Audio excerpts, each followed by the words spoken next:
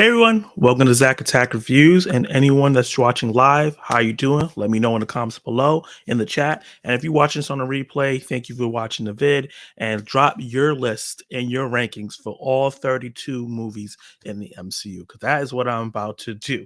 Our favorite franchise, our favorite cinematic universe, the only one that has done it to a successful length. Other ones have tried. The DC universe is all over the place, even though I like a lot of their movies. The Dark universe died on the first film, and just other people have attempted to do it. Even Fast and Furious with spin-offs and trying to incorporate other things hasn't worked out too well. But something about the MCU has that magic sauce, and we're at 32 films already. So I'm super excited to get into this. I had to revisit some films again just to jog my memory, and I'm going to be ranking all 32 in order. And I'm really, really excited to see what I think about some of the older films as well, because they don't age too well sometimes. And also, I gotta say off the right the bat, if you're looking for me to rank anything like terrible, I don't think any of these movies are terrible. There's just some that is not as good as others. Let's see what people got to say in the chat. You already know what the worst is. So, I don't know. Maybe the one you think is the worst is not the worst for me. Zach, I mean, I kind of want to rank mine, but I'm dead ass not trying to get canceled even more. Dude, it's fine. Rank yours. If your opinion on it is going to get you canceled, just don't share your opinion. But rank yours. That's fine. That's totally fine. Did you revisit Eternals? I've watched Eternals 4 times, so I don't really have to revisit it. I saw it in theaters twice, and I watched parts of it online, and I watched it again at home. So that's fresher in my mind. It's more of the Phase 1, some of Phase 2 films that I gotta revisit. This letter's better be good. Well, hey, man, as everybody's opinion, my list may be amazing to you, or my list might suck because you have a different opinion on what you like. There's certain films that people like in the MCU that I think are okay. Iron Man 3. No, Clay. You already had the discussion about Iron Man 3. Oh, Chillbogger, you're surprised about my Eternals take. Ugh, you're gonna be surprised where I rank it. Eternals, the one with Harry Styles, that doesn't matter. To you, it doesn't, but to me, it does. All MCU movies end up mattering in some form or fashion. So let's get started. Thank you guys for jumping in the chat early and everything like that. Put up what your ranking of a couple of movies are in the chat. I'm excited to see what you are. And when I rank a movie, also put where you would have put it anyway. So the one that I picked right here, I have the ranking list here. S tier is top of the line stuff, the best stuff in the MCU. A is like right below it, so this is stuff that is great, but it's not like amazing. B is like the really good movies, the ones that are really good. They're not super great. C is like the good movies that are like, this was fine, but it's nothing special. And the D is just terrible movies. But you don't want to get a D. These are the ones that are absolutely awful. I don't know what they were thinking. Gonna be honest with you guys, I don't think anything is gonna be there. I don't. I'm not 100% sure. I'm not gonna lie. Let's see. He said worst film ever. That is a hot take. Worst film ever? You're wilding.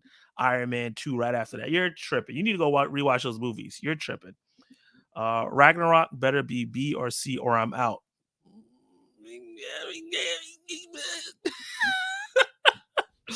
Let's see. I have the movies listed in chronological order, as you can see. For some reason, I couldn't find a list that just had the movies. Every list had like the shows. I'm not doing the shows, and also had like the Spider-Mans from Sony, because now they're saying that's part of the MCU. So just ignore everything after Guardians Volume 3. I'm not ranking any of this stuff down here. Just the films, and none of the specials are going to be in it as well. The MCU doesn't have awful film. I don't think they have awful film at all. I don't think it has awful film. Not one.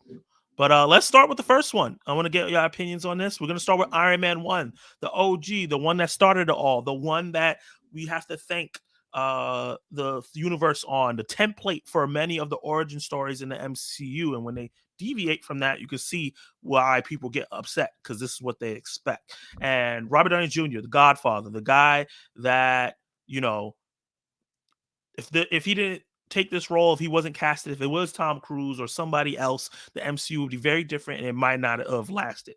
He's phenomenal in this film. He really sets the tone with the humor and having a character that is, good-hearted but broken and flawed, and then that caricature or that those things that they use in that movie is brought over. The brilliance of this movie is just showing how cool Iron Man is. A character that in the comics at this point was like a D list character, C list at best. He wasn't on top of the top. He was there. He was chosen as the first one because they didn't have access to the Fantastic Four, X Men, and characters like that, or Spider Man. So they threw a bone out there and they gave Iron Man a try, and it worked out really well. And to me, this movie has such rewatchability. It's still so fun. The VFX hold up really, really, really well. And it's just, I think it's a classic. I think even outside of the MCU, just the MCU setting the tone of like identities don't matter just separates it from everything else, which hopefully when they reboot the DCU, they make identities matter so they can be that separation. But I love the fact that they did that because they don't have to juggle with, oh my God, who is Iron Man? He has to do the secret identity, because that's not really a big thing for most Marvel characters in the comics. So I'm going to rank Iron Man as an S tier film. I think it deserves it, not only because of all the historical factors behind it, but I think it's just one of the most rewatchable films, and it's one of the most fun films. The action scenes are really good, and Robert Downey Jr. is just ace in this film. Ironmonger with his memeable quotes. He built it with a bunch of scraps. Like that's just a classic. I think he was an underrated villain. I really, really, really liked this. The beginning of the film, where him being stuck with the terrorists and not knowing that was the 10 rings, and that conversation he has with that guy in there and changing his life basically. The way before, even right before that, with the bomb and the scrap getting inside of his chest, all that stuff was great. Like, yeah, just like Lonely Banter said, the Afghan scene is still the best. When he went there and attacked all those Afghans when he was still repping America, that was really great as well. Iron Man's an A. That's fair too. If you think Iron Man is an A movie, that's right under. That's still a great grade. Let's see. So after Iron Man is the Incredible Hulk, and that is starring Edward Norton, who I still think is the best actor to don the Hulk mantle and be that character. And this movie is actually not bad. It's not. It's rewatchable. I still come sometimes go on YouTube and rewatch the university scene where he fights. I'm blanking on the character's name right now, but he was brought back in She-Hulk recently, Abomination, before he turned into Abomination, and him fighting him as a human, and then the Abomination fight in Harlem was amazing. And this one has some of the best action in the MCU. It just it's nothing super special about the story overall, and the VFX are a little wonky here and there, and but overall, this is a very solid film. It's very fun. It doesn't have a much impact on the MCU, but it's not trash at all. Something that I like a lot, but I don't think it's great. So I'm going to put it in a C. I think it's a C movie. I think The Incredible Hulk is a pretty good film. It's not terrible. It's not anything like that, but it's not something that I would sit down and rewatch, because rewatchability is a part of this too. Like, am I going to rewatch this film? And The Incredible Hulk is not something I'm going to rewatch a lot. Yeah, I do think The Incredible Hulk is underrated. I think people crap on it a lot. They say it's the worst MCU movie and it's a bad movie, and I don't think it's a bad movie at all. It's real fun. Coming out after The Incredible Hulk was Iron Man 2, a movie that is pretty controversial because a lot of people think it's a step down from Iron Man 1, and I do think it is a step down from Iron Man 1, but it's not a bad movie. I enjoyed it. I like the villain. I like Rhodey being more involved in the action. Definitely the scene where they're back to back and the helmets come on and they're fighting. The scene on the NASCAR raceway where oh my god, I'm forgotten the guy the name with the whips, what his name is right now. It's crazy now, I'm forgetting his name. But the way he came on to the scene And then the Iron Man suit ups when it was more mechanical and less CGI were always so dope. Him busting that out and then having the suit come on him, that was such a cool super heroic scene. That wonder, kind of miss from that. I'm finna unsub. Relax, bro. I think Iron Man 2 is right there with the Incredible Hulk as a C. It's a good movie. It's not terrible. But thank you. Yeah, Whiplash. Yes, that's his name. But it's nothing too spectacular. It is a step down from Iron Man 1. It's not as rewatchable. It's not as fun. But I still enjoy the movie. I don't think it's as terrible as people think it is, especially Clay. Because for whatever reason he hates the film. I don't know why. Coming after. Oh, and what's your personal rankings for Incredible Hulk and Iron Man 2 in terms of the letter gradings? What would you guys say to people who are watching live and anybody that's watching afterwards on the replay? So while you guys think that up, I'm gonna do Thor 1. That was the next film that came out in the MCU, and I like this film. I like this film a lot. I think that Thor 1 is a really good film. I think that it introduces the God of Thunder in a really great way. And I like his whole fall from grace, him trying to lift the hammer and not being worthy. I think that a lot of what happened in the film was pretty comic accurate to a point. They got rid of his what's it called? They got rid of his alternate identity that he has in the comics, but I think that they did a great job of not doing that because they already established in Iron Man 1 that identities don't matter. Everyone's going to know who everybody is. So I think that made sense. I do think they didn't utilize, now that I'm thinking about it, they didn't utilize that enough in inside of the MCU, people knowing who your identity is and loved ones and stuff like that. But yeah, Thor 1 is a good film. And I think that this is probably a little better than the Hulk and Iron Man 2. So I'm actually gonna put it in a B. I think it's a B film. I think it's rewatchable. I enjoy that film. I probably enjoy it a little bit more than most people. Let's see what people got to say. Cause it was boring. It's not boring. I never saw the Hulk. Wow, fake fan. Iron Man 2 is a D. Avengers makes Thor 1 a much better movie. Yeah, because Avengers is kind of a sequel to that movie. It really is a lot of Avengers stuff in there that wouldn't happen if the Thor film didn't happen. Loki's the main villain that comes from Thor, Tesseract, all that stuff. Just the battle between Thor and Loki and everything is central to the movie. So yeah, Avengers would not be as good if Thor didn't exist, and it does make that movie better. It makes it more rewatchable because you're like, oh, this stuff actually matters. You say a C, okay. Uh Iron Man two tier Thor B, Iron Man 2 is a C. Okay, yeah, you kind of agree with me. Thor 1's a B, Thor's a B. Yep, that's fair. That's fair. Captain America: First Avenger, the first Cap movie. I actually like this movie a whole lot. It is a great film to me. I think that a lot of people underrate this film because it's not as bright, it's not as fast as Winter Soldier and Civil War, and it maybe not as funny. But I really enjoy Steve Rogers. I really enjoy the cast and crew of people that he introduced there, and it sucks that he didn't get to bring those people along. He comes to the present time and he loses all those people. And I think that if people remember that, then you would remember this movie more fondly. So I really, really, really, really, really like Captain America: First Avenger a lot.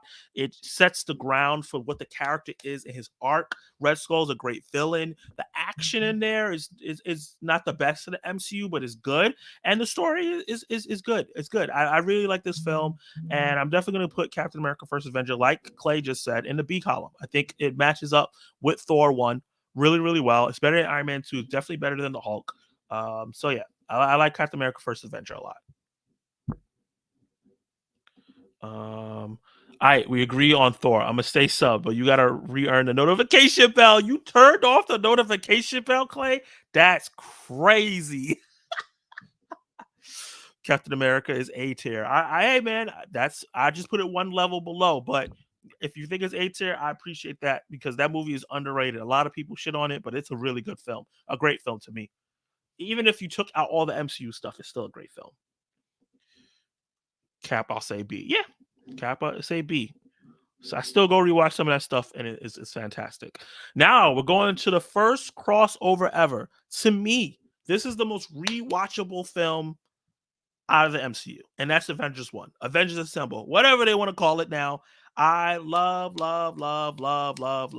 Avengers. Seeing all these characters brought to life and put together, and the chemistry between the cast, Loki being the main villain, being still one of the best villains in the MCU, period. Action sequences, the VFX still hold up somehow. Josh Whedon, despite everything he did bad with the Justice League, did a great job with this film. Like, look, you just said it right there. Avengers is S tier. Yes, it is. It is an S tier film. It's still an amazing film. I love it so much. So many funny moments.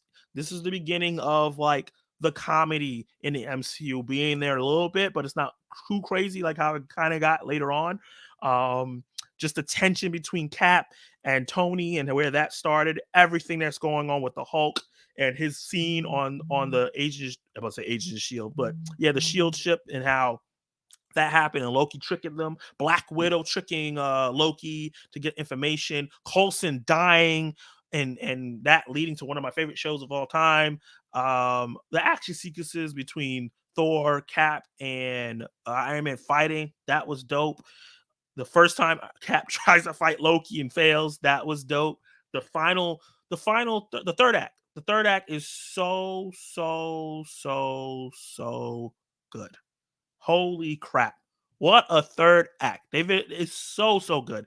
Bear is only topped by probably Infinity War and Endgame in terms of how good that third act is. The spin around, the banter, the how their lives felt in peril, and then Iron Man, figuring out that, oh man, I can't just cut the wire. I have to almost sacrifice myself.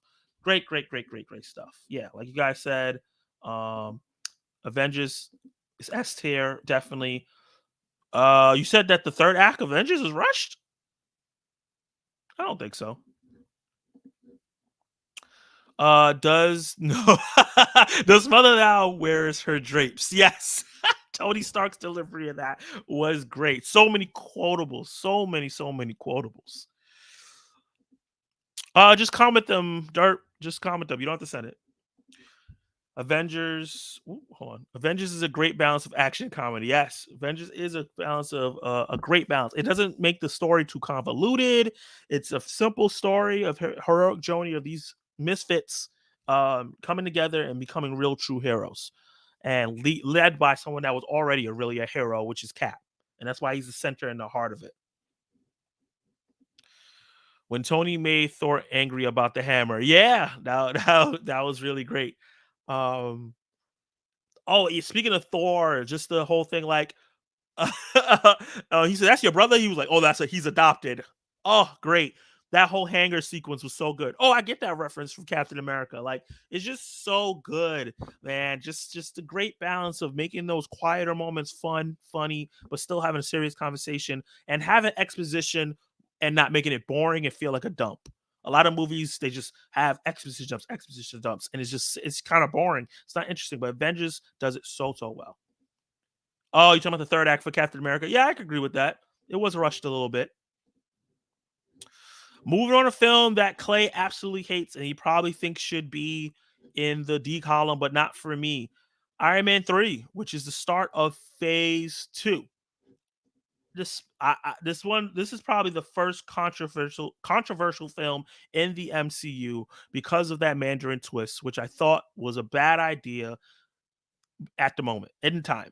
But because of retrospectively, I don't even know if I said that properly. And when I look back at it now, because of Shang-Chi, I don't hate the twist as much anymore because we got Mandarin in Shang-Chi and he was fantastic. And I think he was better than what he would have been if they would have just did it regularly here. He would have been more of a racist stereotype if the regular Mandarin was made in Iron Man 3. But I love the heroic journey that Tony Stark goes on. I loved him having PTSD from the Avengers movie. If you know me, I love when characters um kind of deal with the effects of something that's happened. That's the whole point of a cinematic universe. They should be dealing with something that happened in the past movie, especially as a big event. Everyone should be dealing with that event. And this movie did it really, really well. The action sequences with him trying to save the president and the congressman on the plane, one of the best sequences I've seen in a comic movie and an action movie, period. So many good things. The movie's funny. I like the little kid. I love, love, love, love, love Iron Man 3 despite the terrible terrible twist in the moment. I still think it's a really great film, and Iron Man 3 is going to actually be my first A tier movie. I know y'all might hate me for it, and Clay, don't unsub. But despite the problems that I have with it, I'd like the positive outweigh it for me. I think Tony Stark's journey is much more compelling than a comic accurate Mandarin in the moment, especially since it probably was been a racist one. Um, let's see what you guys got to say. S tier, Winter Soldier, Guardians, Iron Man. Okay. In the F tier, he's like, you don't even have that tier. It's in there. I say Iron Man 3 was C tier. Okay, that's fair. That's fair. Took 15 years to fix it.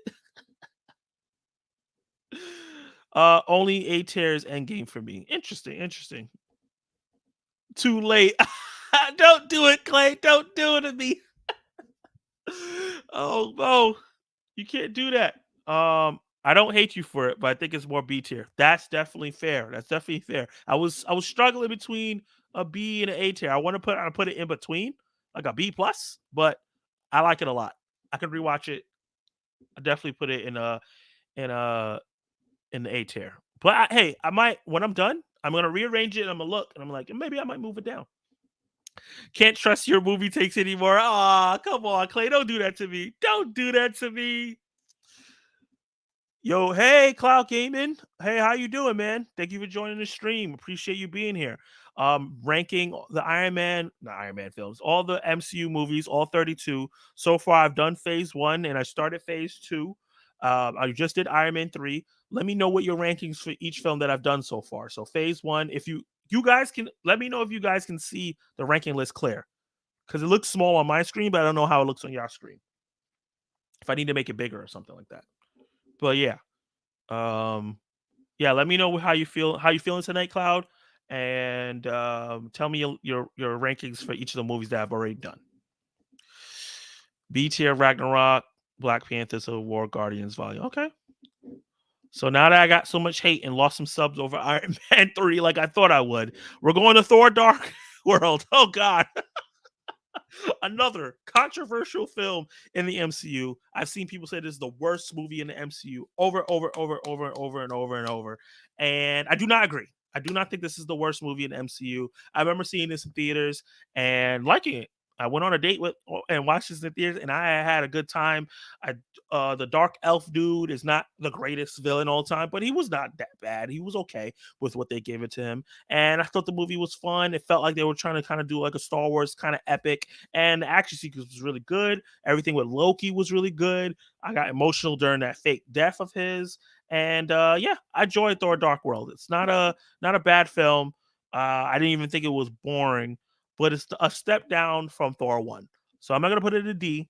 I'll give it a C. It's not one of the highest ranked ones. It's not something that I'm going to go rewatch a bunch. It was not something I hate.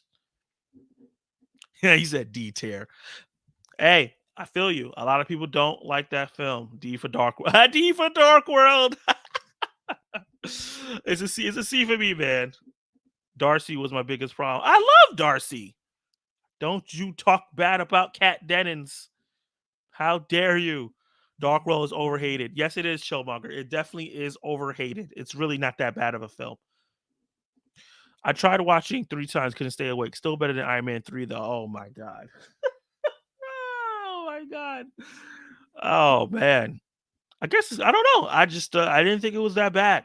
I didn't think it was that bad at all. Ooh, almost refreshed the goddamn list. Let me be careful. But yeah, Thor: Dark World. It's a fun movie. It's nothing super special. Has some good moments in it, but it's definitely not as bad as people think it is. It's not as I watched it. I think I watched it twice, and yeah, I had a good time with it. Um, let's go to Avengers. Sorry, Captain America: Winter Soldier. I'm gonna just put it up here. There's no questions about it. It's an S tier film. I don't even need to like tease it or anything. Captain America: Winter Soldier is one of the best films in the MCU. I still think it's the best solo film in the MCU. I think that this up the ante in how good you can make an MCU film easily. All the movies were trying to catch up to it at that point, and I still don't think that they did. I still don't think any solo MCU film has touched Captain America: Winter Soldier. Even though, as much as I love Iron Man 1, I don't think anything has touched Winter Soldier. And actually, when it comes to this, let me change these rankings around to rank how much I like them. Do I like Avengers 1 more than Winter Soldier? No, I like. I'll put Winter Soldier first, and I'll put Cap in front of Thor, and I'll put this is fine. This is fine for now. Yeah, Winter Soldier, so goddamn good. So good. The highway scene, Bucky, you know, coming from the comics, I already knew who he was, but the way they built it up and the way how menacing and like Terminator like he was, loved it.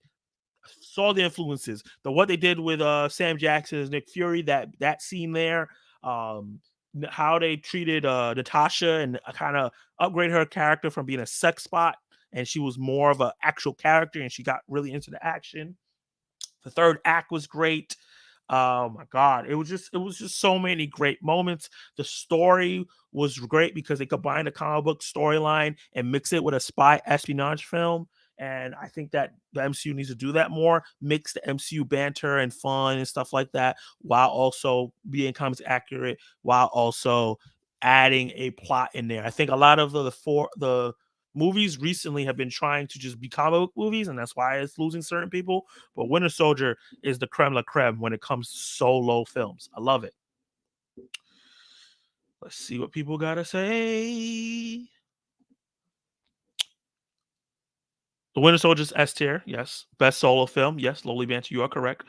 Russo brothers was locked in with this one. Hell, yes, they have. They're still trying to recreate it with Gray Man and Extraction and stuff like that.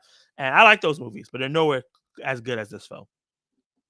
Winter Soldier is S tier for sure. Yep, the opening scene, so good, so goddamn good. Winter Soldier has excellent practical action for set pieces. Yes, it's close to a John Wick film Disney will ever make. Yes, yep, 1000%. I agree with that. And Falcon and Winter Soldier, in terms of action, kind of almost gets there. So I definitely agree. But yeah, the opening sequence with that mission was so good. Him jumping off the plane and into water, just showing you the growth that he's had from the first Avenger to Avengers to that. Like he just grew in strength, in personality, so much. It was a perfect way to reintroduce the character and show you, oh, he's been training. Like, but also he's trying to get acclimated to the world. It's just so many little things that gets you attached to the character, and it's still the best version of Cap. Like I love Captain America in the comics, but he's not as good as the version in the movies. He said Iron Man 2, Dark World, Ant-Man 2, Far From Home, Captain Marvel, Shang-Chi. Shang-Chi? Wow. There's no F tier there, bro. D is the lowest. But yeah, there's nothing more I can say about how good Winter Soldier is. I love that movie. Coming up next is Guardians of the Galaxy, a movie that came out of nowhere. A lot of people didn't know what was going to go on with this film. I didn't really know about anything about the Guardians of the Galaxy going in, and I absolutely love this film. So fun, so funny. The characters are so lovable.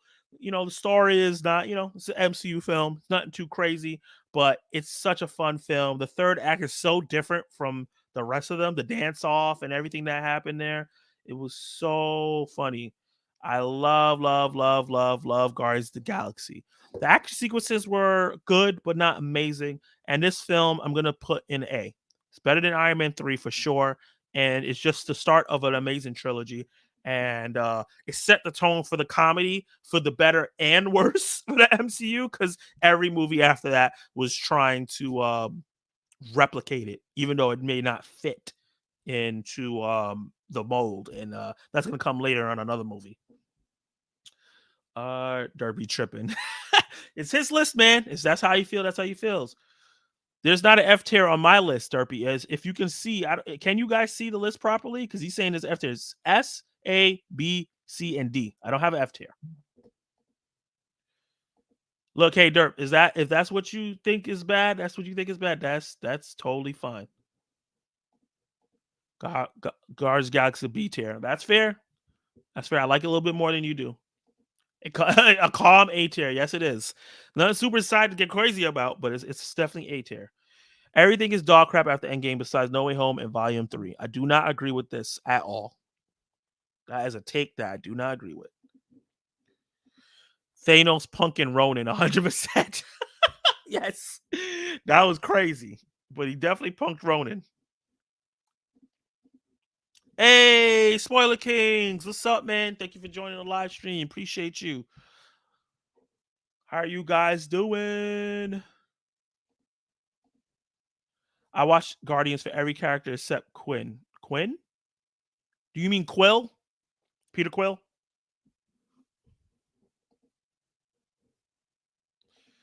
Yeah, your boy Derpy's out here being a menace.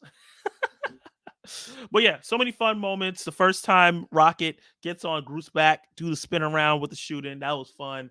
The banter between the crew, the love affair of Peter Quill and Gamora starting.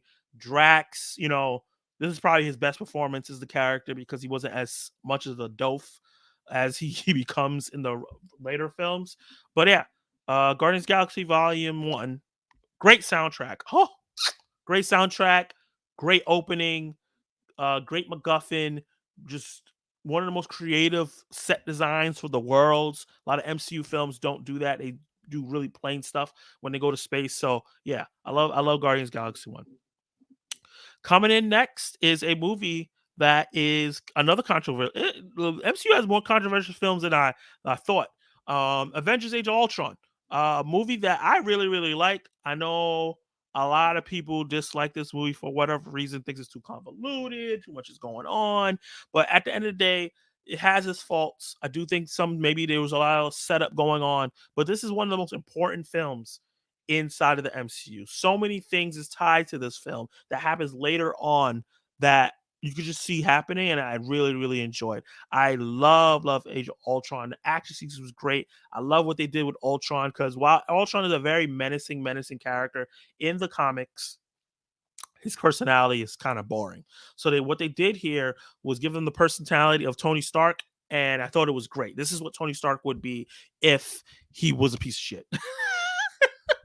Like if he went down that path, and just him having his understanding that humankind is such crap that you just gotta erase it and start over. I thought was kind of funny, and I love the introduction of Quicksilver. I love the introduction of Scarlet Witch. I didn't expect Quicksilver to get killed off in the first movie, and I understand because Quicksilver was more popular in the X-Men films.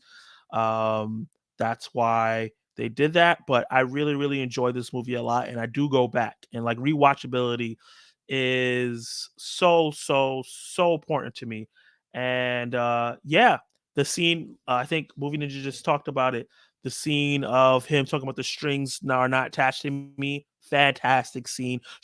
Not only it showed the menacing fear that Ultron is bringing, but also the fact that like the team is so synced together. It did two things at one time, and I really, really enjoyed it. So I'm gonna put Ultron actually in the A tier, and it's gonna go at number one right now. I really, really enjoyed that movie a lot. It has its problems, the whole like Black Widow. I'm a monster because I can't have babies. Well, I don't know what the hell Josh Whedon was thinking there. But other than that, I don't have too many problems with Age of Ultron. I love it. I kind of wish Gamora had a solo film. Yeah, that would have been nice. She has some adventures in the comics that could have been adapted, but there was no space, you know. Yes, you agree with me. A tier film.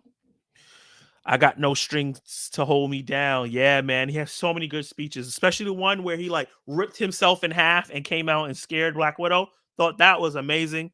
He was just so unique, and I hopefully he comes back in the main universe. Obviously, within the multiverse he has, but hopefully he comes back in live action. I have a feeling he's somewhere inside of Vision still.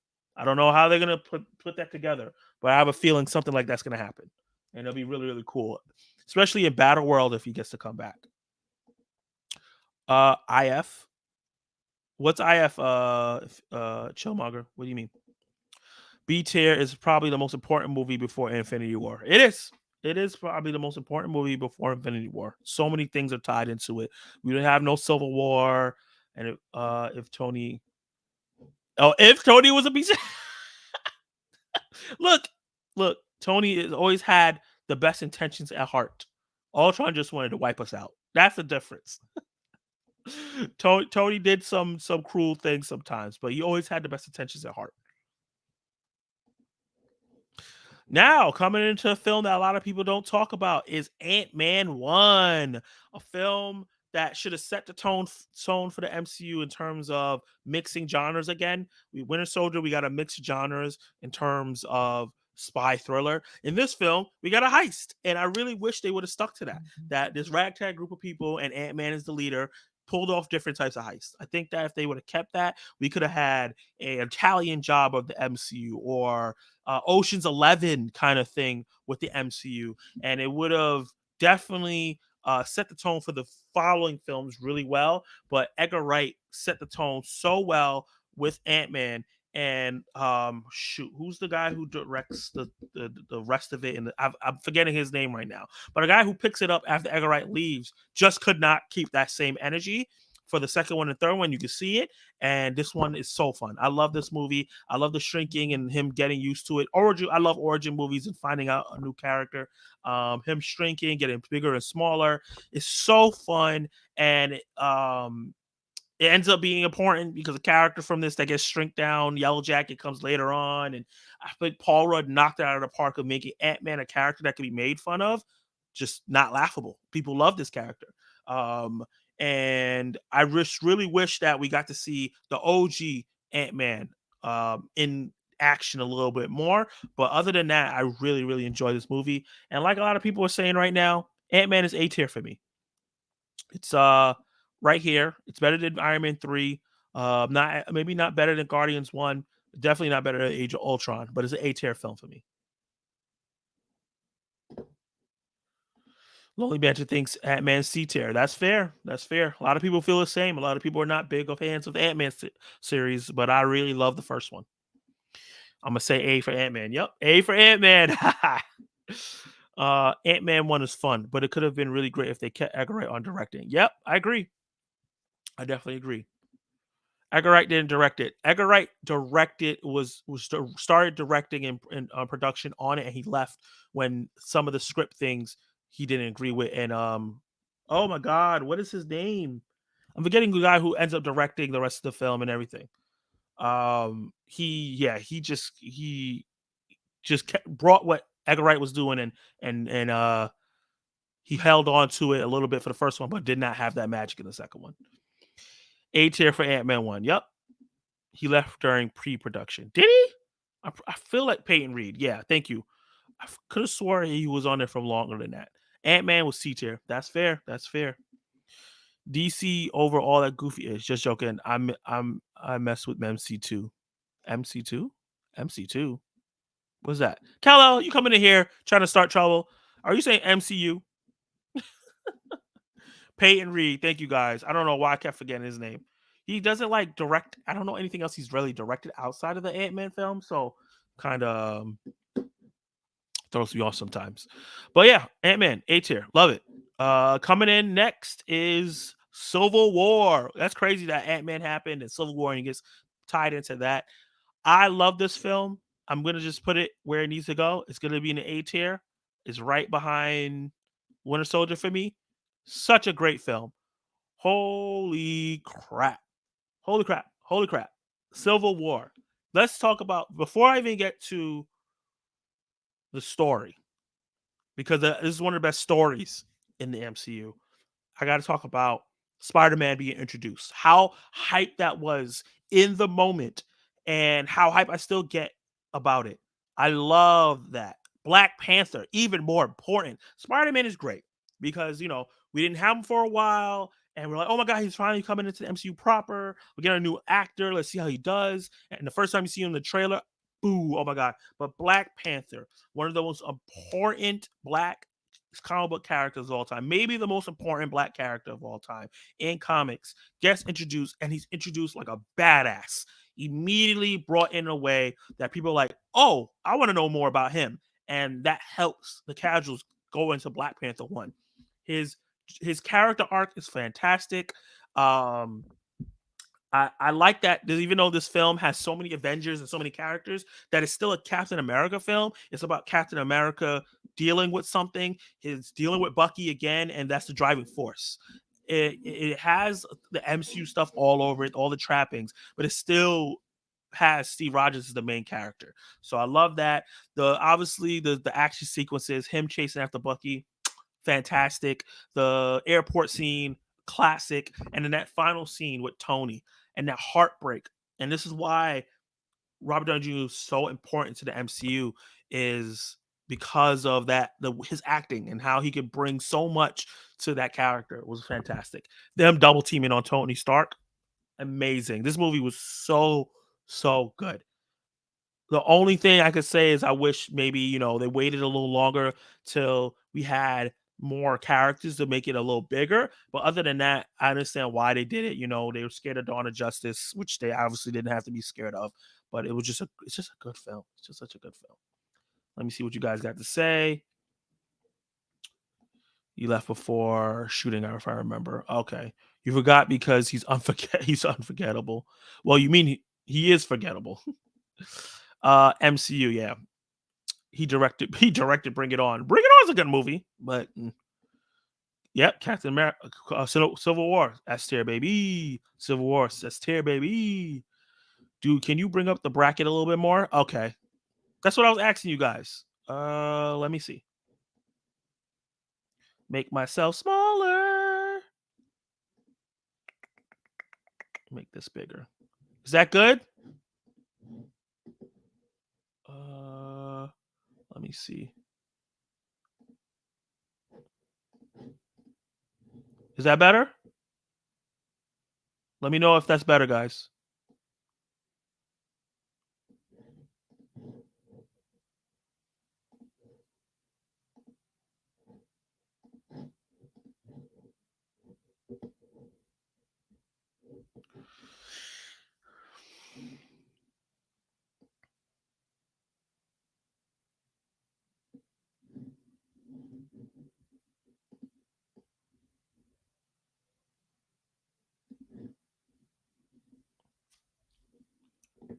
Okay.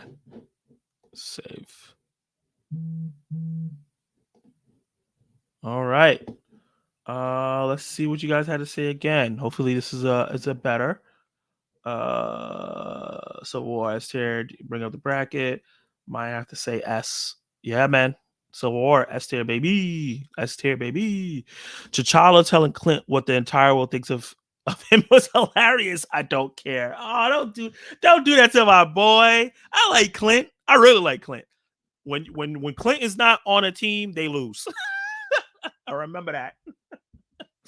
I liked Hawkeye from the comics, so I really liked him bringing that character to life. I wish he just got to get his own movie and joke around a little bit more, because that character can be very jokey, but also still very tragic. But yeah, Clint is great. Bring It On is A tier. He said it was fine before, but he said his view was better. Okay, So yeah, Civil War is A tier or S tier. Sorry, not A tier. Coming up next is Doctor Strange, a movie that I was really worried about because I love the Doctor Strange character from the comics, even though I don't know a whole bunch about him. But when I've seen him in other stuff, I really liked it. Um, and this movie blew me away. It was like Inception mixed with an Iron Man 1 because they took a lot of the template for Iron Man 1 and put it in here, and it was so good. I thought that the visual effects and the trippiness of the film was so fun and so different from the rest of the MCU. Benedict Cumberbatch is amazing as Stephen Strange. He's one of the best castings that they have done, and I think he did a great job. I'm still upset that they took Scott Derrickson off the sequel because he understood his character in a way that I don't think Sam Raimi does. And I think that the villain is okay. He's not amazing, but he does a good job, and it's a good actor, Mads Mikkelsen. He's a great actor, but he did okay with what they were given. And the Dormammu thing, the fact that it was so different, it was such a different ending to um what MCU movies were doing at that point, where he didn't just defeat the villain; he had to trick him. Such a great film. The Cape being really funny, that having that the relationship between him and is it Rachel? No, I think it's Rachel McAdams is the actress. But what I forgot what the character that he loves. I forgot what her name is, but that relationship was okay. It wasn't amazing, but it centered the character and grounded the character in a way. I really love this film, and I'm gonna give Doctor Strange an A, baby. Oh shoot, I might have to make this smaller because I can't do it. Okay, A tier, and I like it better than Guardians One, so I'm gonna put it ahead of Guardians One, and I'm gonna put it in A tier, right behind Age of Ultron. Let's see what you guys got to say. That Bring It On vampire flick looks interesting though. They're doing a Bring It On vampire movie? Why? Doctor Strange is C tier? Oh, damn. Such a letdown. Really? They didn't let the director do what he wanted. Oh, well, of course, none of the movies they let the directors do what they wanted until phase four, but there was a reason. What tiers are there? I can't see the brackets. Really? You can't see them right now?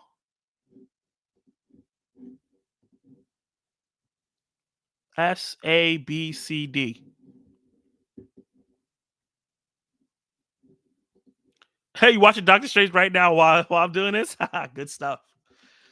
Doctor Strange, I'm jacking B tier. That's fair. That's fair. You tripping A tier over Guardians? Yeah, over Guardians. I like Guardians a lot. It's up there. It's A tier, but really interesting. I don't know why it's so small for you because I can see it clearly here. I can't make it any bigger because then I'm not going to be able to go back and forth. If I make it bigger, actually, hold on. Let me see if I make.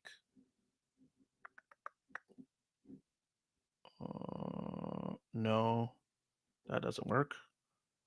Is that better? Can you see it now, buddy?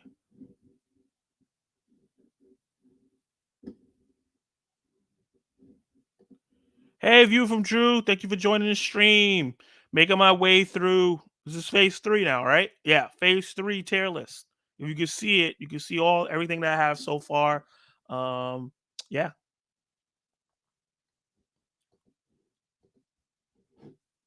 Let me know what you think about the movies that I put already. I can't see past C tier. Yeah, I'm gonna scroll down so you guys can see stuff, but um yeah, there's nothing on the D yet. So don't worry about the D list yet. A little better. Okay. All right. So I just put Doctor Strange up there. Love that movie. So fun. Oh, I do not agree with that at all. Woo. Doctor Strange 2 over Doctor Strange 1? Oh boy. Okay, next up is Guardians of the Galaxy Volume 2. A movie that came shortly after Volume 1. It's crazy how fast they got that sequel going. And just like Iron Man 1, Iron Man 2. I got you, Cal. After I finish volume volume two. So yeah, I really like this movie. Ego, the planet, and the way they adapted that character, really, really good. I enjoyed Kurt Russell in the role. I like the dynamic between Gamora and Nebula, and that's when Nebula started getting really good, and Karen Gillian started getting into the the role better. I think she's one of the better actors in the MCU in terms of embodying her character. And they introduced Mantis, which was really great. The action sequences were fun, and Peter Quill finding out he's a Celestial was great. Obviously, oh my god, I'm forgetting his stepdad, his adopted dad. Um, he, he wasn't a father, but he might be your father, but he ain't your daddy. That guy, Mary Poppins. I'm forgetting what his name in the movie was, but he was great. I love everything they did with him, and his death was very emotional. And I didn't think I cared about the character that much, but they did a really really good job with with that character and that death and everything like that. For me, Volume Two is a bit of a step down from Volume One, but I still enjoy it a lot, and I'm gonna put it right here in the B tier. I think that it is better than Cat First Avenger. But yeah, I'm gonna put it in a B tier. I enjoyed it a lot, but I probably didn't enjoy it as much as a lot of people. Some people have it in their top 10, top five, and some people have it lower than that. So it just all depends. Um, so let's see. Kal is asking me to do a recap real quick. So just to recap real quick for people who just jumped in and for some reason can't see the tier list. I don't know why, what's going on. But starting from the bottom, the C tier list, starting at number one, is the Incredible Hulk, Iron Man 2, and Thor Dark World. That's the C tier list. B list, starting at number one, is Guardians of the Galaxy Volume 2, Captain America First Avenger, and Thor 1. Coming in the A list at number one is Avengers Age of Ultron, Doctor Strange, Guardians of the Galaxy Volume 1, Ant Man, the first one, and Iron Man 3. And S tier, the top of the top, the creme de la creme. Captain America the Winter Soldier is number one. Then we got Captain America Civil War, Avengers 1, and Iron Man 1. So that's the little recap for you, Kal. Let's see. Guardians of the Galaxy Volume 2 is D tier. Wow. You really didn't like that film. That's very interesting. I got Volume 2 C in my opinion. Wow. Yeah, see? A lot of people are funky on that one. It's a B minus C plus. Okay. A little closer to me. Yandu. Thank you, Movie Ninja. Man, I'm forgetting these characters' names for some reason. Guardians got, oh yeah, I already said that. The lowly banter. Damn, you got Hulk on the bottom tier. Take all the Ant-Mans off and put them on the bottom tier. Nah, the Hulk is not as good as Ant-Man.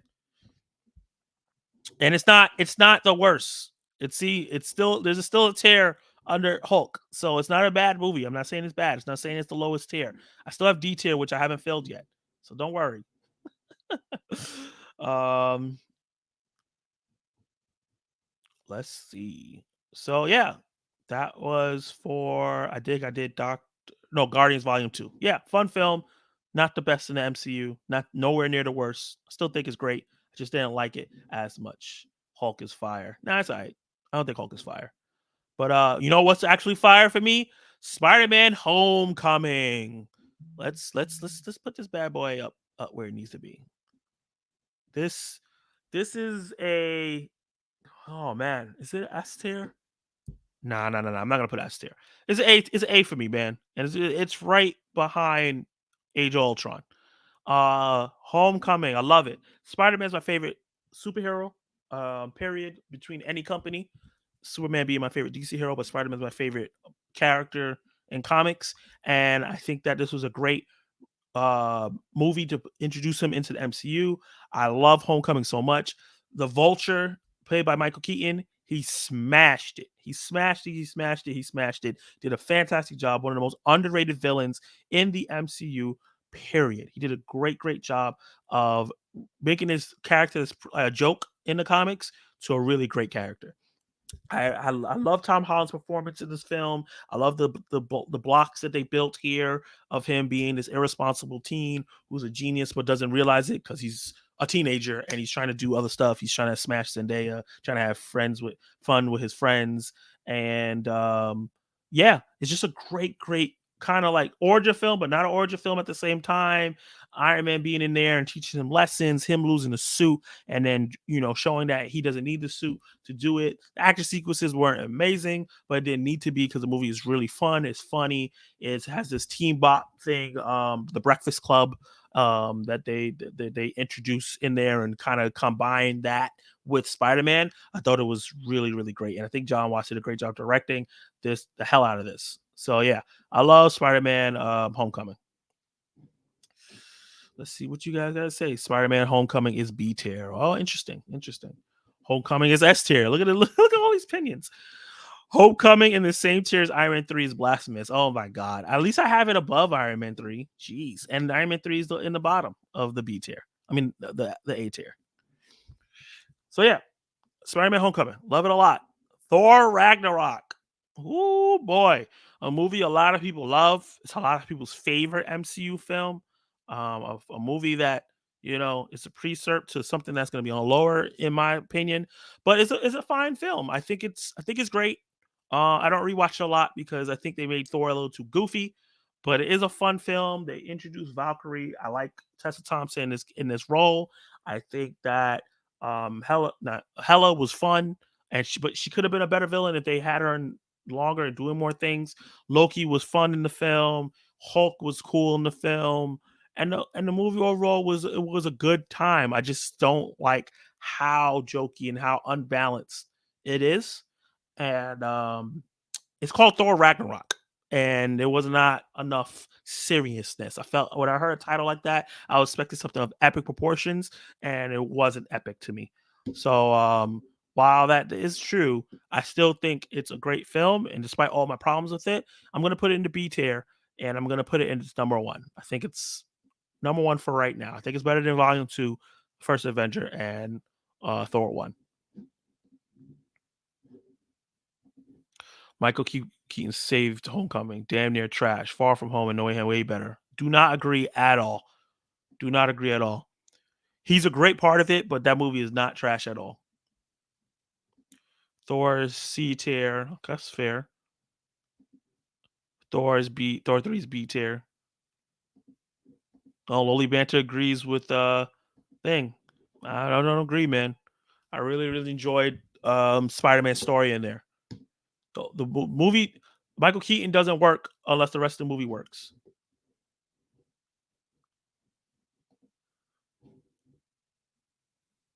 What the hell are you saying, Kal-El? If you're gonna get mad, can you please speak English? I don't know what the hell you talking about. Oh man, coming in next is a movie that I'm probably gonna rate a little higher than it needs to be, just because the cultural importance to me. And I think it's actually just a great film in total. But Black Panther is gonna be. It's gonna be. Ooh, um, Black Panther is an S tier film for me. I know that might be a little blasphemous. I gotta move it up here. Is it better than Iron Man 1? Yes, it is. Is it better than Avengers? Yeah. I'm gonna put it right here, right behind Winter Soldier and Civil War. I love Black Panther. Such a great origin film. Chadwick Boseman was perfect for the role. Letitia Wright as his sister was really great in the film. Angela Bassett is a queen, and so many of those characters were brought to life in an amazing way. And Baku was amazing, and the movie was just fun. Claw, which I thought was really great and brought to life really well. Wish she was in the movie more. And we got to talk about Michael B. Jordan as Killmonger. Wow, what an amazing villain!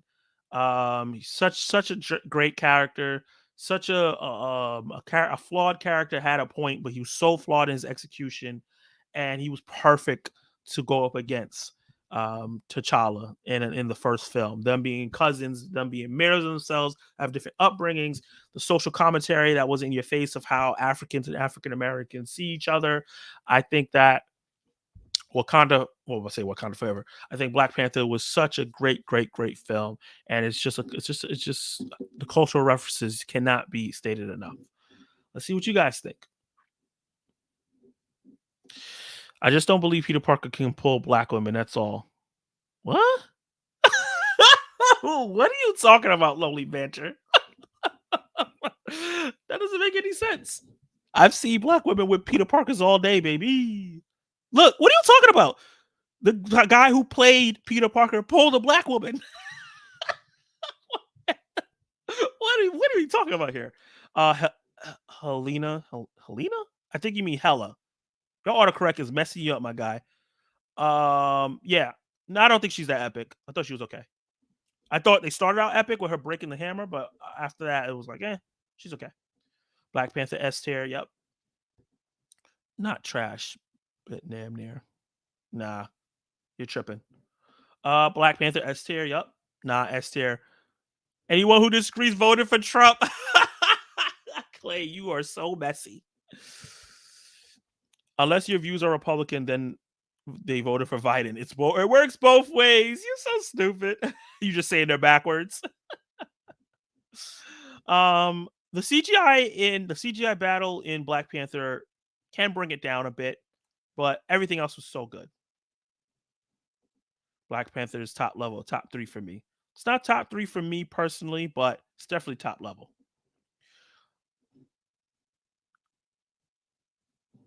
Okay.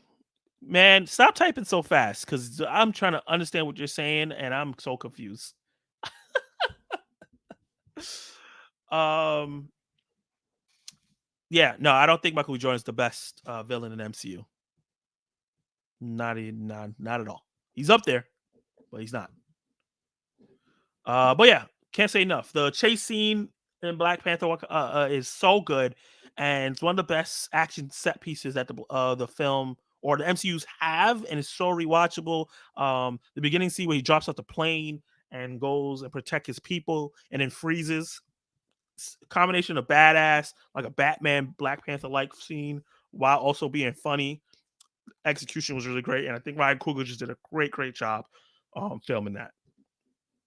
But yeah, there's enough can't be said about how great Black Panther is and all the cultural references and things that they put into the film and just added there that just talks to me like other people. Maybe it doesn't talk to other people. Avengers Infinity War, one of the most important films in the MCU, upgraded the franchise to Star Wars levels and the biggest sci-fi franchise levels. It's a goddamn S tier movie. It's almost perfect. It's so good. This is a comic book fan's wet dream. And yeah, I love Infinity War. Easy S tier.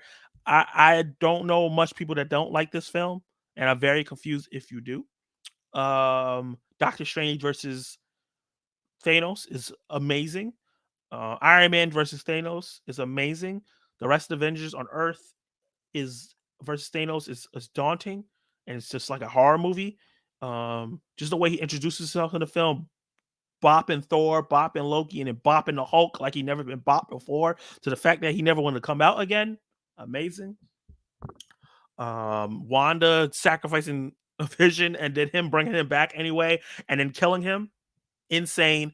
And probably never had I never had an experience like I had watching Infinity War's ending in a movie theater ever. Me and my, I'm gonna talk to you guys real quick. Let's so y'all can see me face to face, so I can really talk about this. Um, I went to see Infinity War with a bunch of friends, and movie ninja. And I went to go see that movie with a bunch of friends. We took up 2 rows of the theater. We got to go see it in the biggest screen possible, most comfortable seats. And when that movie ended, oh my god, tears, broken silence. One of my friends, who was not even a big comic book fan, but she watches these movies casually. She'll see which one she wants to see. She was crying in tears. One of my friends was sitting on the floor, sticky ass 42nd Street floor. 42nd Street floor with sticky gums and probably bed bugs on the floor because he couldn't believe what just happened. And then when the after credit scene came, and it was more, it was just, you could just see the heartbreak. One of the best endings to a movie ever. One of the best, the best villain in the MCU. It's Cap if you say anybody else. Sorry, love Killmonger, but no. Yeah, the action sequences, the moments between the characters. Like he said, Bruce, you're embarrassing me in front of the wizards. Funny as hell. That was so fun. Peter Parker jumping out of his school bus to come in and do things. So such a Spider-Man moment. Just the way the technology looked. Spider-Man using Star Wars references to save the day, like he did in Civil War. Oh my god, there's so many things that happen in this film. I was just rewatching the moment where the Guardians and the Avengers meet for the first time. Comedy gold. Comedy gold. Great way to introduce the characters together. It was so good. Top tier stuff in terms of action. It's not, I don't think it's probably still the best action in the MCU. Trying to think. I love Endgame's action, but yeah, it's so good. So it's going to be hard for them to top this in Endgame. It's really going to be hard for them to do that. But yeah, when it comes to that film, oh, it changed it back to the way it is. Hopefully, you guys can see it's still good. It's such an amazing thing. Let's see. Michael Keaton's daughter finer than MJ though. Just saying. I wouldn't say she's finer. I think they're on the same level. Infinity War S tier, S tier. Thanos ending Hulk's manhood. Crazy. Great way to introduce that character because they built up Hulk so well throughout the series as this unstoppable force, and Thanos stopped him light. Didn't even break a sweat. Great way to show how scary this man is. Grammar police killing me. I ain't say shit. I'm eating, man. Them fingers sticky. Man, don't be eating. Don't eat like a barbarian while you watch a stream, bro. Use a knife and fork like normal people, all right? Oh, yeah. You ain't come from my B-Day, right? No, no, no. I don't think we knew each other when Infinity War came out. Not 100% sure. Killmonger, my favorite. Bump that other ish. Not making me feel wrong about it. See me at the bodega. What you know about bodegas? First of all, I'm not bumping you. That's fine. You can love Killmonger as your favorite. This is my list. When you do yours on your channel, I'll harass you. But that's fine if you think Killmonger's the best. You don't have to feel bad just because I think Thanos is the best. You could think Killmonger's the best. But yeah, Hulk haven't been the same after that whooping. Nope. My man got glasses, went to college, had a kid, got his life together. He was all Thanos. Thanos beat some sense into that boy. Okay, coming up next is Ant-Man and the Wasp. Um, boop. My first D tier. My first D tier film.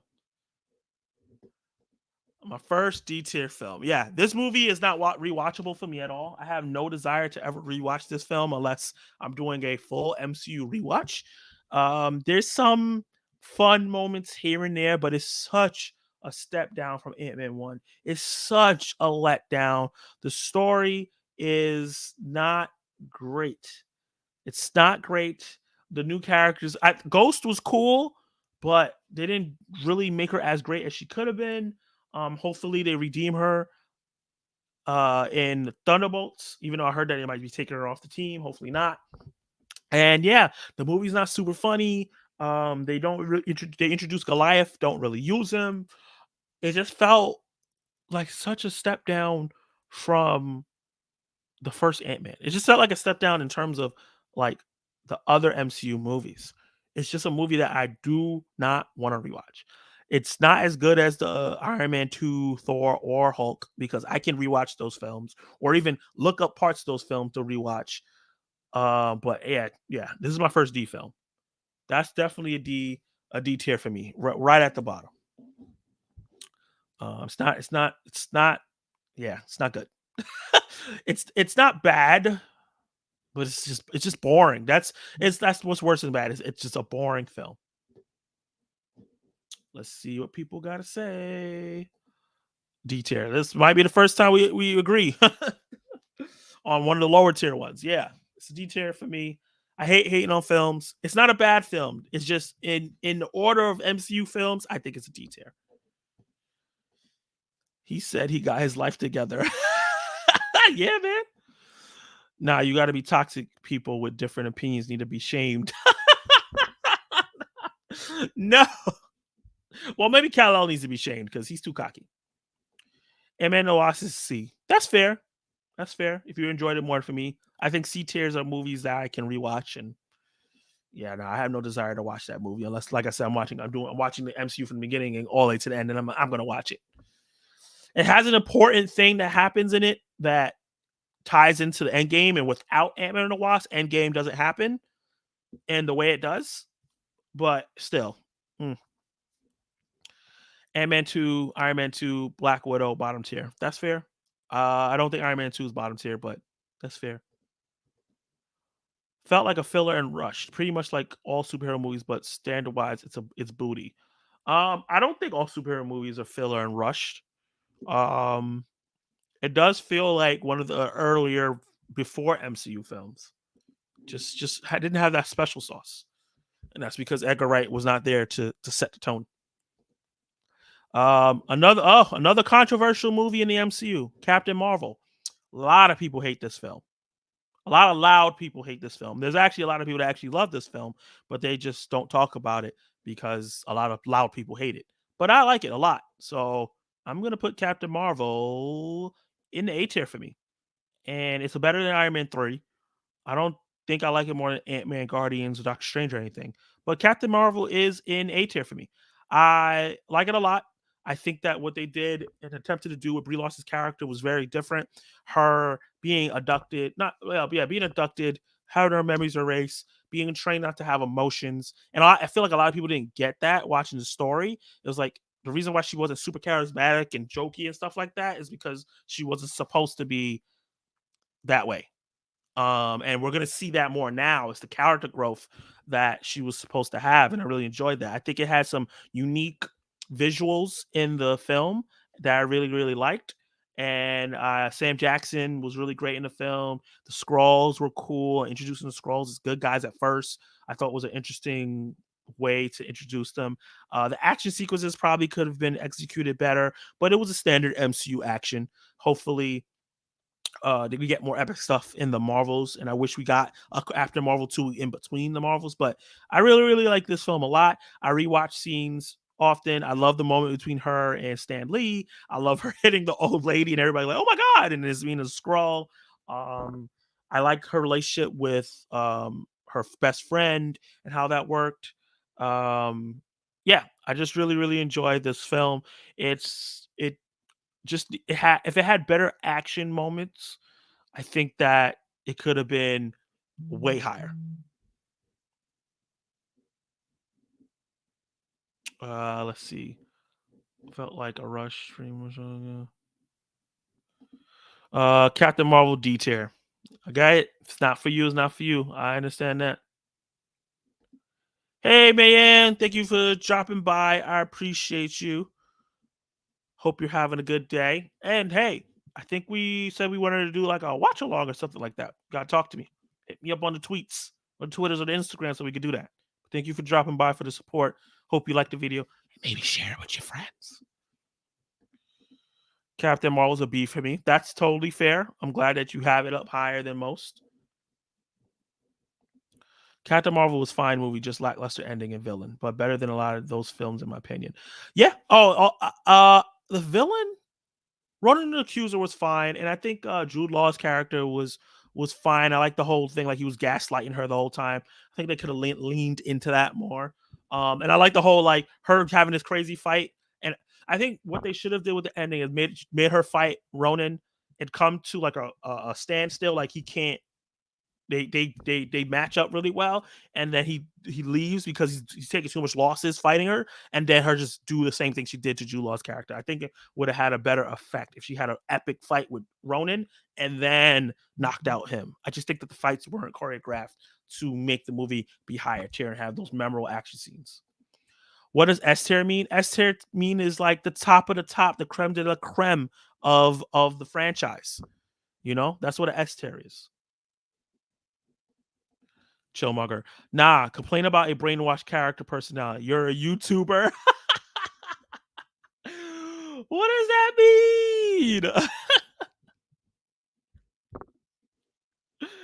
Oh, that's funny. Mayflower. Hey, I'm down for a watch along for sure. We'll talk. Cool, cool, cool. I just did a poll on my channel, and most people said they would like me to do watch along. So I'm gonna test it out. Do one. I think starting next month, and then we'll see. I'm gonna trying to get some order in my live streams, and so it won't be so random, and you guys know what to look for each week. Of course, you're invited to Kal. I got to see your bad takes. Okay, next up, Avengers Endgame. Um, yeah, not much to be said. The best movie they've done, easily. I'm not gonna be. Yeah, I voted on that poll. Did you vote yes or no? um, yeah, Avengers Endgame. Love this movie. I think it's the best movie that they have made so far. It culminated everything that we saw before, and did it in an amazing job. Russo brothers, the best directors, and the Feely brothers, best director. Well, no, it's not Feely. It's Stephen McFeely and some other dude. I don't remember what his name is. Best writer director combo in the MCU. Like I said, I love seeing the after effects of what happened in the film, and they did that so well, showing the after effects of the snap, where all the characters at, how they're feeling, what's happening to them. The beginning with them going to find Thanos and finding out destroyed the stones already blew my mind. Couldn't believe it. I remember watching that film and with my mom, and she was like, "What? So wait, hold on. How are they going to how are they going to get like figure this out? How are they going to do this?" And I was like, "I don't know. We're gonna have to watch." And it was just led to one thing after another. I loved Tony and Steve getting back together, putting their differences aside. That's why they lost in the first place. Um, I love Ant-Man coming out of the thing. I wish they found a better way for Ant-Man to get out of the portal, but I think it's like it was by chance. I think that was cool, and him being like a big part of it since he wasn't really wrapped up with the group, him kind of basically helping to save the world. Um, the heist plan and them getting Hulk and seeing Professor Hulk for the first time. Thought that was great. And Endgame is just so good. There's so many moments I could talk about. Was great. Jeremy Renner's Clint, becoming Ronin and killing those people, and Black Widow bringing him from the brink of becoming a true villain. Really, really good. Avengers Endgame is so good. I'm talking about the first act. Like I haven't got into the second act where they figure out time travel and then they lose Gamora. They lose well, no, Gamora was lost in Infinity War. Sorry, they lose Black Widow. What a amazing moment! Them fighting each other to decide who's going to sacrifice. That is heroic, and I love when heroes are being heroes. I love the part with Rhodey and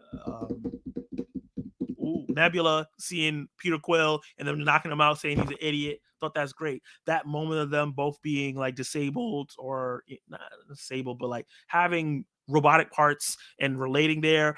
Even though Rhodey is in a relationship with Captain Marvel in the comics, I don't see them doing that in the movies. So I wouldn't mind Nebula and Rhodey being together and having that interaction because they had really good chemistry in that moment. Rhodey, speaking of Rhodey, he's so underrated. I can't wait for his movie. Him saying, "Why don't we just go back in time?" And Thanos, hilarious, and them explaining how time travel works in this universe. When they go back and visit iconic moments within the MCU, going to Thor Dark World, a movie that people don't like, and the MCU being so confident and be like, "I don't care that you guys don't like this movie. It's important." And here we go. We're celebrating it. The Battle of New York and First Guardians and all that stuff. And then the ending. Woo! Holy crap. What a roller coaster of emotions. Even when them um, making Hulk snap, Thanos coming back, shooting it down, all that chaos, the Trinity fighting Thanos, Cap getting the hammer, and that moment in the theater, never forget it. Grown men getting up, cheering like they're watching a sports game. It was amazing. Falcon getting on the left and them coming through the portal. Crazy. I went to go see that movie by myself, and damn. That was I think that might have been the first movie I saw by myself in the theaters. And what an amazing experience I had. All those all those people, all those people in that theater went absolutely nuts. Love, love, love this film, and just that emotional sacrifice that Tony made. My only issues with this film is probably they just didn't give me the one on ones I wanted. Like we got some one on ones I wanted with Thanos, but I wish Doctor Strange got a rematch. I wish Hulk got a way to have a rematch. I wish a bunch of people. I wish they got the team on him. I just wish a lot of people got some rematches and they didn't underuse Doctor Strange. But other than that, I think that it's a damn near perfect film. I love Avengers Endgame so much. Let's see what people got to say. Um, Boy, throwing shots today. I don't like when bench players talking like they starters. Endgame is B tier. Wow, that's very surprising. Let me know why you think it's a B tier movie. I love this movie so much. Oh, thank you for voting yes, Mayan. You want to see me watch movies. I appreciate you. Overrated. Crazy. Crazy talk. Okay, see you later. Gotta go. Have a good night, man. Hope you get a good sleep. Pacing bad. Third tier after Infinity War feels meh. It's good conclusion though. Do not agree at all. Don't understand that. Thought the pacing was fantastic. It's okay to slow down, especially after such a big, fast-paced movie like Infinity War. Cheeto don't do it for me. Very good actor, but doesn't fit the role better than T. Howard. Fit the role better than T. Howard. Oh, interesting. I don't agree. I think he's a great roadie. Yo, what's good? Hey, Hayden, haven't seen you in a long time. Thank you for joining the live stream. Appreciate you being here. I was talking about Avengers Endgame. Let me show you the tier list real quick. Let me scroll down. I think I need to zoom out a little bit because okay. Hopefully you guys can see it now. Still with it like this. Let me know what you guys think so far of the movies that I've rated. If where you would personally rate Avengers Endgame. Cinema alone is underrated. It is now that I've done it a multiple times. It's definitely underrated. Not having to wait on anybody, not having bad energy during a movie is good. I like going with Clay though. He usually matches my energy. How Hulk didn't have a rematch? Shake my head. That's what I said. I was like, I wish Hulk found a way to have a rematch. Just Hulk out that one moment. That would have been insane. Hey, Enviro Earth, how you doing, man? Appreciate you joining the stream. Let me know what your ranking is for a lot of these MCU movies. Obviously, I just finished Phase 4. Well, I'm almost finished Phase 4. So let me know. The Far From Home should have been beginning of Phase 5. It's so silly to say that's Phase 4. But yeah, how are you doing, man? M Gain is S tier. It's going to be the best movie experience we'll ever have in our lifetime. Clay, this is why you're my guy. Even though you hate Iron Man 3, but this is why you're my guy.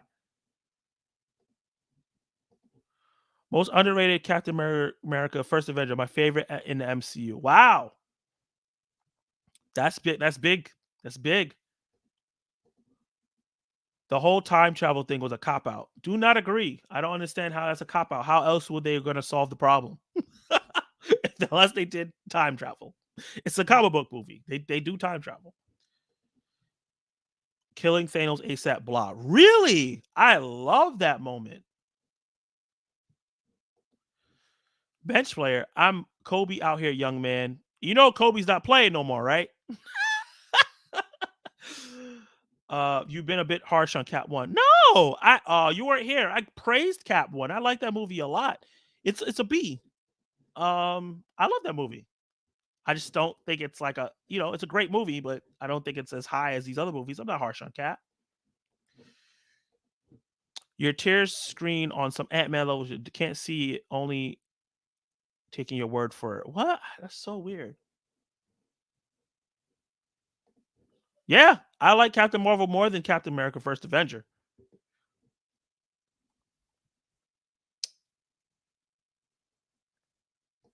That's so weird. Hold on. I can't make it bigger because you can't see stuff. That doesn't work.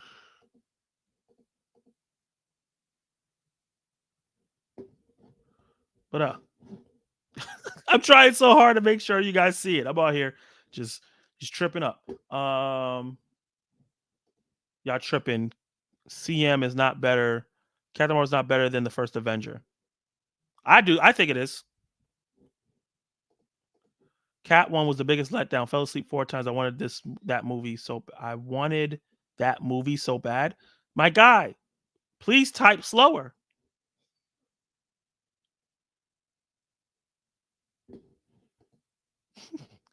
I can see the letters and red and green is obvious enough. Thank you, Chill. Like I said, y'all tripping. Hey, it's just our opinion, my guy.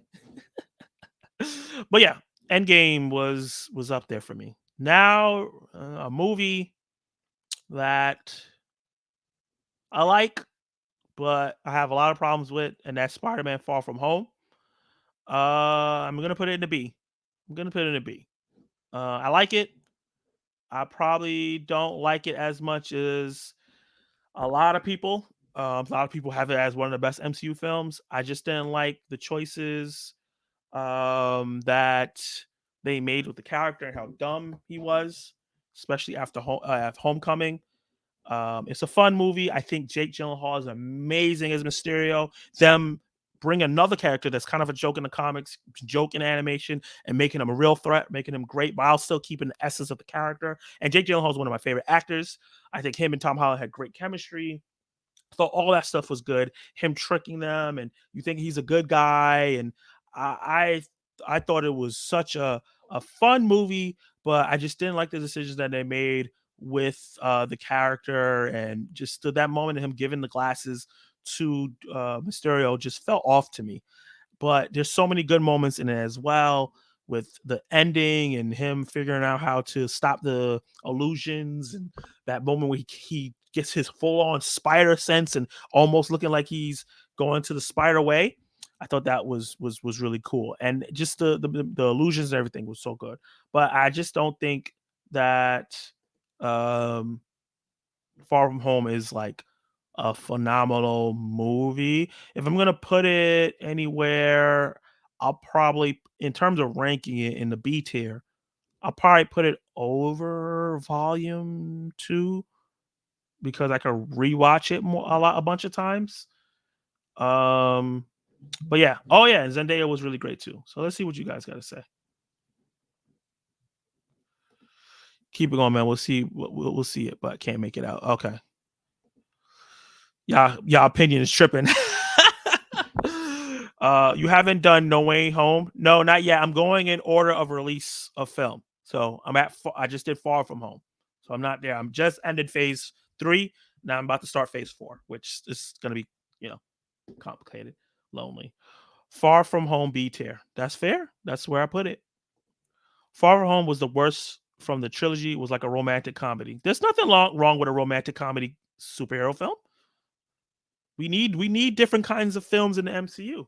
You know, Deadpool was kind of like a romantic comedy. Still a great film. Spidey Far From Home better than Homecoming. Do not agree at all. Far From Home is a B. Here's the unpopular opinion. Oh, Homecoming was better than No Way Home. I actually agree with that. I actually agree with that. I do think Homecoming is the best of the 3 films. Zendaya bring it up for me. Yeah, she was fun in the film. She had a lot of funny moments in the film. Um, it's just that I think their on-screen chemistry is weird, but they're also teenagers, and that's always weird. Unpopular opinion: Far From Home better than Homecoming. When you get past fan service, it felt phoned in. Far From Home's better than Homecoming. Do you mean No Way Home? My guy over here trying to drop hot takes and putting the wrong movies in it, because there's no fan service in Homecoming. Zach, shame this man. Yeah, man. Yeah, man. Callow, you out here. You my guy, but you're embarrassing me out here, man. You're embarrassing me in front of the Wizards. Jake G killed it. He definitely did. One of another underrated villain in the MCU. Very high ranked up there. Damn, really, Clay? They're stroking in real life, but have no chemistry on screen. Yeah, their on-screen chemistry is awkward.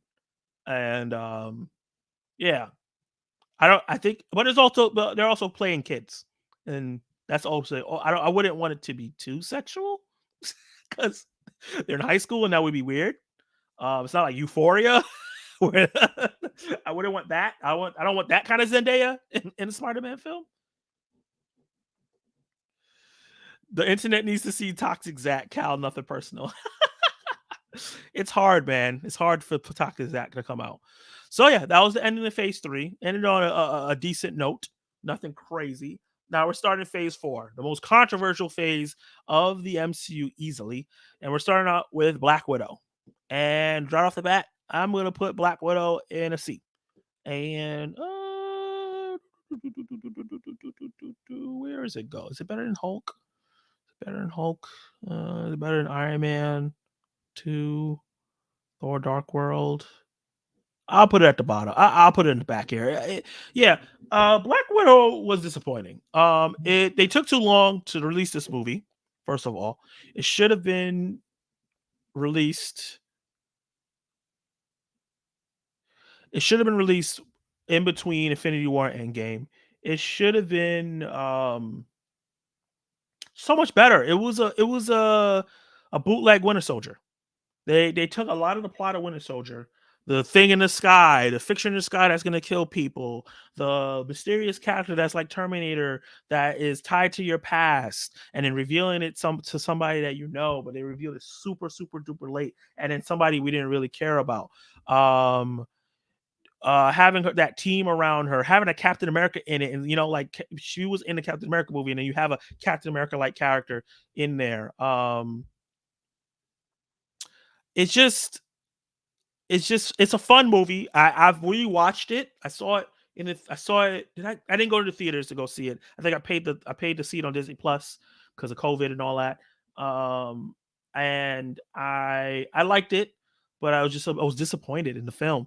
And I rewatched it with my mom, and I thought it was cool, but some of the VFX is wonky. But I do like Florence Pugh. She does a great job, and she had really great chemistry with Scarlett Johansson. I wish they got to do more stuff together. I really like the Russian Captain America, the guy from Stranger Things. He was great. The some of the action sequences in the beginning was really really good. I really liked the Terminator feel that Taskmaster had, but the problem is like Taskmaster is a character that talks a lot, and they definitely should have had her talking talking more. I don't care that uh that it was race gender bent to a girl. They should have just kept the essence of the character. That would have been really really cool. But yeah, it's a movie that is going to have impact on the MCU. I feel like certain things are going to be brought up, like the Black Widow program, and obviously Yelena Belova is going to be a big part of the MCU moving forward. She already was in Hawkeye. We have Thunderbolts, which is going to have some impact as well. But overall, the movie was just okay.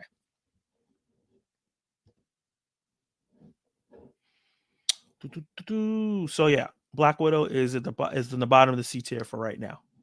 Let's see what you guys have to say. Oh yeah, I was talking a lot. Uh, did you enjoy Vulture as a villain? Yes, I think he's one of the best villains in the MCU. Very underrated. You know what I mean? I used to like Clay, but his Daya crush got him tripping. Daya crush? Huh? Oh, Zendaya? Oh, okay. No, you're tripping. Never seen Black Widow Eternals. Interesting. Wow. You just out here skipping MCU movies? That's fair. That's fine. Black Widow is C tier. Yep, we agree. It definitely is C tier. Vulture, the only thing good in Homecoming, and his daughter wasn't bad. Yeah, sure. You and your bad takes. Black Widow next to Ant-Man 2. Okay, that's fair. I think it's better than Ant-Man 2. It's more rewatchable for me than Ant-Man. That's why Black Widow is less rewatchable. Yeah, just where it came out and everything like that. It's definitely less rewatchable than most of these movies are. That's why it's kind of in the back. Scarlett Johansson moaned about the money she made too. Still greedy. I do not agree with this take at all. If you have a contract and the contract states one thing and then the people do the opposite and cutting you out the money you're supposed to see, I'm gonna complain too. It doesn't matter if I already have a lot of money. It's just the principle of it. So Yeah, I don't agree with that. But Don have a day of crush, but I don't have a day of crush.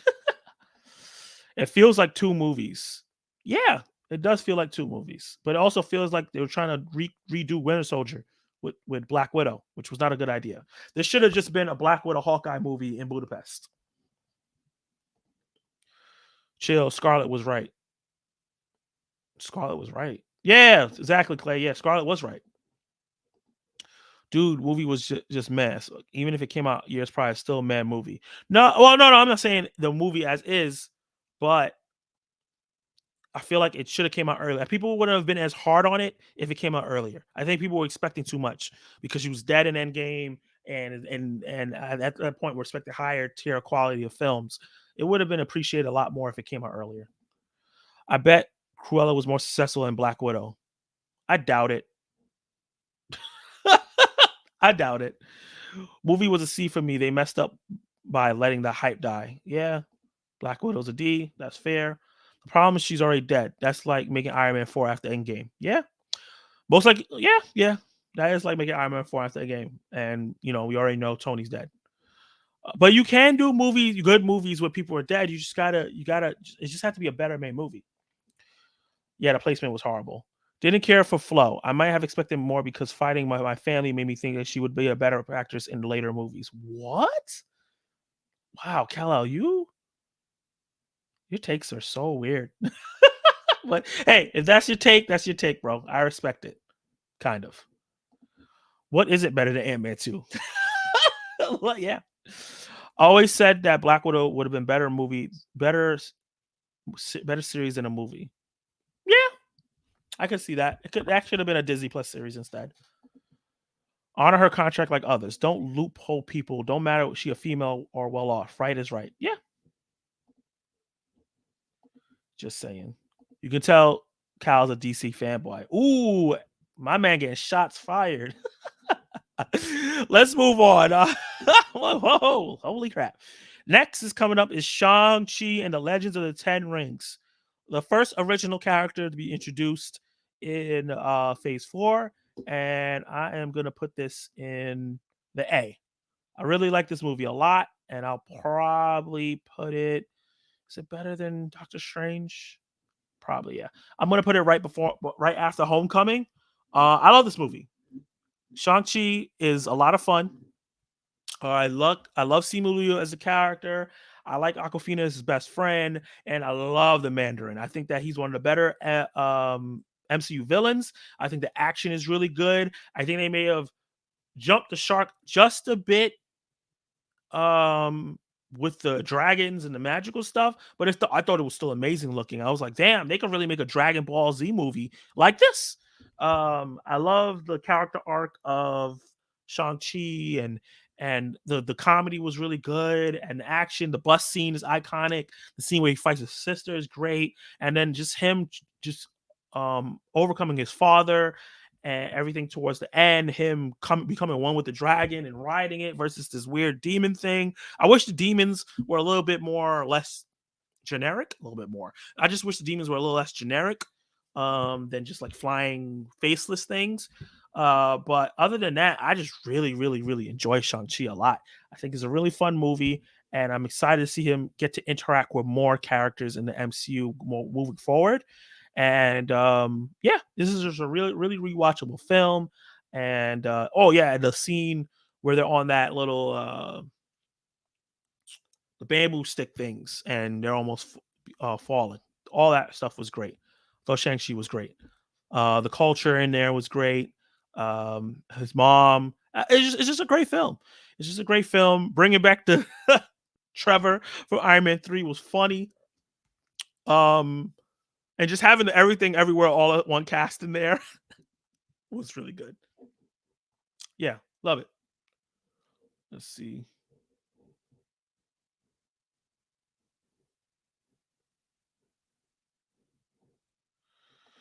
Sandboy, he said, Cal is what happens when you don't shame people. I'm done. He's cool peeps though. Yes, Lonely series would be cool. Shang-Chi is C tier. Wow. Yeah, no, I don't agree. I love that movie.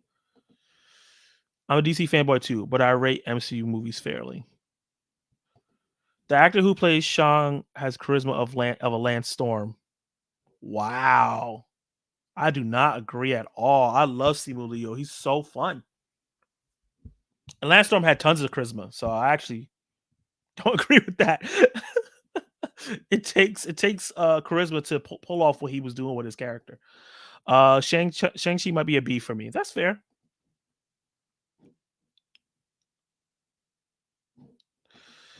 I definitely biased on my part though. I hated that they introduced Mandarin after Iron Man died. That's like his Joker. Yeah, but a lot of that stuff is there. It sucks that Red Skull didn't get to interact with Iron Man more, and this is Iron Man didn't get to. I mean, Iron Man, Captain America more, and Captain America didn't even get to fight most of his actual villains. It looks like Sam is going to be fighting most of Captain America's actual villains. So you know, that's just the way the MCU is. It's just it doesn't. It's not perfect. Question: You just watched all the Evil Deads. Do you feel different or respect Strange 2 more after? I respect it a little bit more because I kind of get what Sam Raimi was trying to do, but I don't like it more. If you get that, like, okay, now I understand what was going on, but I also don't like it more because it's just the tones don't fit. It feel like two different movies squashed into one. And my main problem really was the fact that Doctor Strange didn't have a character arc. He kind of was just there. I am also looking forward to Shang-Chi too. I'm excited for him to be a big part of Kang Dynasty since his director is the one that's directing it. So I'm pretty sure he's going to be uh, a central character there. And yeah, I'm excited for him moving forward. He said he wants to do a movie with Tom Holland where he teaches him the Spider Way, and I think that would be an amazing film.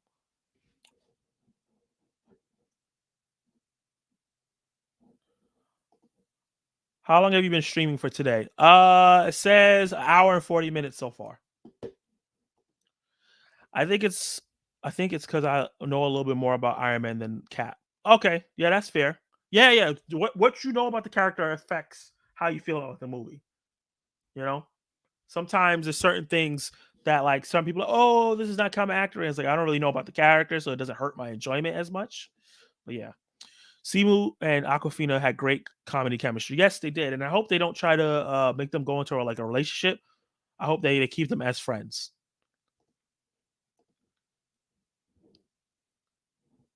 Tom Holland's. mm, I don't know. I don't think Tom Holland's version of Spider-Man works in the tone of Daredevil. It's more like the darker tone. I know Daredevil's gonna be a little bit more comic booky, but I don't think Spider-Man works well. Um Fantastic Four, not yet. They gotta introduce those characters without another character being in there on their own 2 feet. I would love Shang-Chi and Spider-Man to team up in Shang-Chi too. But yeah, Shang-Chi, great action, fun cast, good story, and I liked it a lot. Now, oh boy, controversial film and a film that I know a lot of people are not going to with me, but Eternals, Eternals. Oh my god, a lot of people hated this film, but I'm gonna put it right here. I love Eternals. I think it's a film. I used to have an S tier in my head, but I understand that it lacks a lot of the things that people love about the MCU in terms of the funniness and stuff like that. But yeah, Eternals is a big A for me. I love the ambition. I love the action. I love the headiness of it. I think even if it wasn't a part of the MCU, I think it's a great sci-fi mystery film about a family that's not really a family and trying to be together, and it's just the dawning of man and the inspiration from Zack Snyder, which is my favorite one of my favorite directors. I really love the characters and how their characterizations were varied. Um, I like the action sequences, like Clay said. I love the end fight. The end fight was amazing. One of the top tier MCU end fight that they've had. I think that there was two moments that made this movie for me. The first moment was when they revealed what was actually happening. The celestial being inside of the Earth and it going to destroy Earth so it can be born, and the fact that I was tied into what the Eternals were there the whole time. So now it builds this conflict of like, shit, our whole goal and mission this whole time was to serve the Celestials, but now we fall in love with humanity, and now what do we do? And then the second one, and you can Clay can talk about this, was my visceral reaction to Icarus killing Salma Hayek's character. I literally was like, I hate this dude. Like, I was so mad. I was so mad when they did that. Oh my god, I was so mad. But yeah, it's not a perfect film. I think that it didn't have enough time to flesh out certain things. I think the love um story between Icarus and oh my god, I'm forgetting her name right now. There's so many characters with so many different names in this movie. But she becomes a leader. She controls like plant life and stuff like that. I'm forgetting what her name is. Um, that relationship wasn't that great. I don't think that relationship was fleshed out or was that great. But I think that all the relationships between other characters, Angie Jolie was really good in the film. Her having like this disease and how that affected her. Sprite, like Clay said, kind of being like an incel was amazing. And yeah, I really like this film a lot. I think it's a great film. I watched it twice in the theaters, and it's something that I'm gonna go back to. I really hopefully the director gets to come back and do a second one, and Kevin Feige kind of gives her more notes because he loved this movie, and that baby could tell like what kind of movies Kevin Feige wants his Marvel movies to be, but knows he can't because everybody's used to the comedy and that's what sells. But hopefully, he can inject more of the fun that the MCU movies usually have. But I noticed that a lot of people who see it now on Disney Plus because they didn't go see it in theaters actually enjoy it. The anniversary of the film, a lot of people on Twitter was talking about, wow, this movie's actually pretty good. So yeah, let me see what you guys have to say. Eternal is D tier. Yeah, I couldn't not agree more. I do not agree with that at all. I love the movie. Haven't seen. Damn. I think you will like it. You like a lot of the DC Zack Snyder stuff, and it's very of akin of those films. So I think you would like it. Never seen, but I love Angie Jolie. Check it out, man. Check it out. Let me know what your opinion is. Looks great. That's it. It does look great, but that is not it. I like it a lot. Clay agrees with me. End fight was great. Unpopular opinion. I like She Hulk. I love She Hulk. It was so fun. Also, oh yeah, we talked about that. I agree. Every Earth, that workplace comedy, and I love those. Yeah. Was No Way Home after Eternals? Yeah, No Way Home came after Eternals. Spider-Man No Way Home is definitely an S tier movie. Love it, love it, love it so much. Am I up to No Way Home yet? Is that next? Oh, No Way Home is next. I remember all of us had a good time on release day, and the day after, the internet told us to get our life together. That's a damn fact. That's so true. It was so funny. I was sitting there like, oh my god, this is amazing. I love this movie. This was crazy. They upped the level of the MCU again, and then everybody was like, this shit sucks. It's so woke. It's terrible. La la la la la la la la la la la. And it was just like, damn, okay. I still love it, but I guess I'm gonna be alone. I really remember us looking around going like, wow, this is really good. Together. So yeah. No Way Home is B tier. Wow. No Way Home is B plus tier. Interesting. So yeah, let's talk about it. No Way Home is up next, and I'm gonna be it's an A tier for me. Uh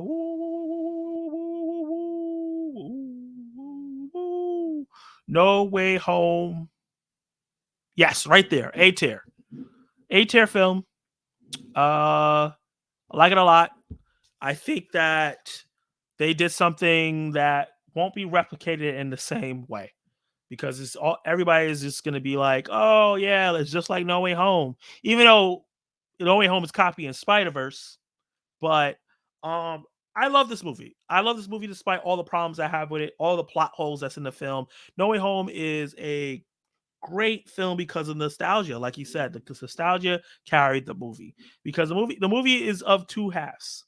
Um, the first half feels like a MCU movie. It feels like more Far From Home, just extended. And I was like, "Ooh, this is rough." But then halfway through, when all the villains start coming in, and it feels like a Sony film. It feels like that Sony aspect that they bring to the Spider-Man MCU films that I really, really like. And it gets dark. Aunt May gets killed, and everything just gets so dark. And the way they use the other Spider-Man is not to overshadow Tom Holland's Spider-Man, but to support him and bring him closer to the version of Spider-Man that I appreciate. I thought that was done really well. I think that the way that they brought Tom Holland, not Tom Holland, Andrew Garfield, and what's his name? What's the original Spider-Man's name? Oh my God, I'm seeing his face. Tobey Maguire. The way they brought Andrew Garfield and Tobey Maguire, I thought it was really lazy and a very boring way to do it. But him versus Doctor Strange, great. Him fighting Green Goblin and Doc Ock, great on the bridge. Him trying to fix the villains, that was kind of problematic because it kind of introduced something where like, well, why don't you just fix all the villains? And it's just like, oh well, okay, well, we're just going to do it for this film. And Green Goblin was a absolutely, yeah, like you said, Green Goblin was a menace, and I loved it. Top tier MCU villain because he was a top tier comic book villain in the first place, and they leveled him up even more in this film. I loved it. William Dafoe killed it like he usually does in films, and I absolutely loved his performance. Jamie Foxx was shaky.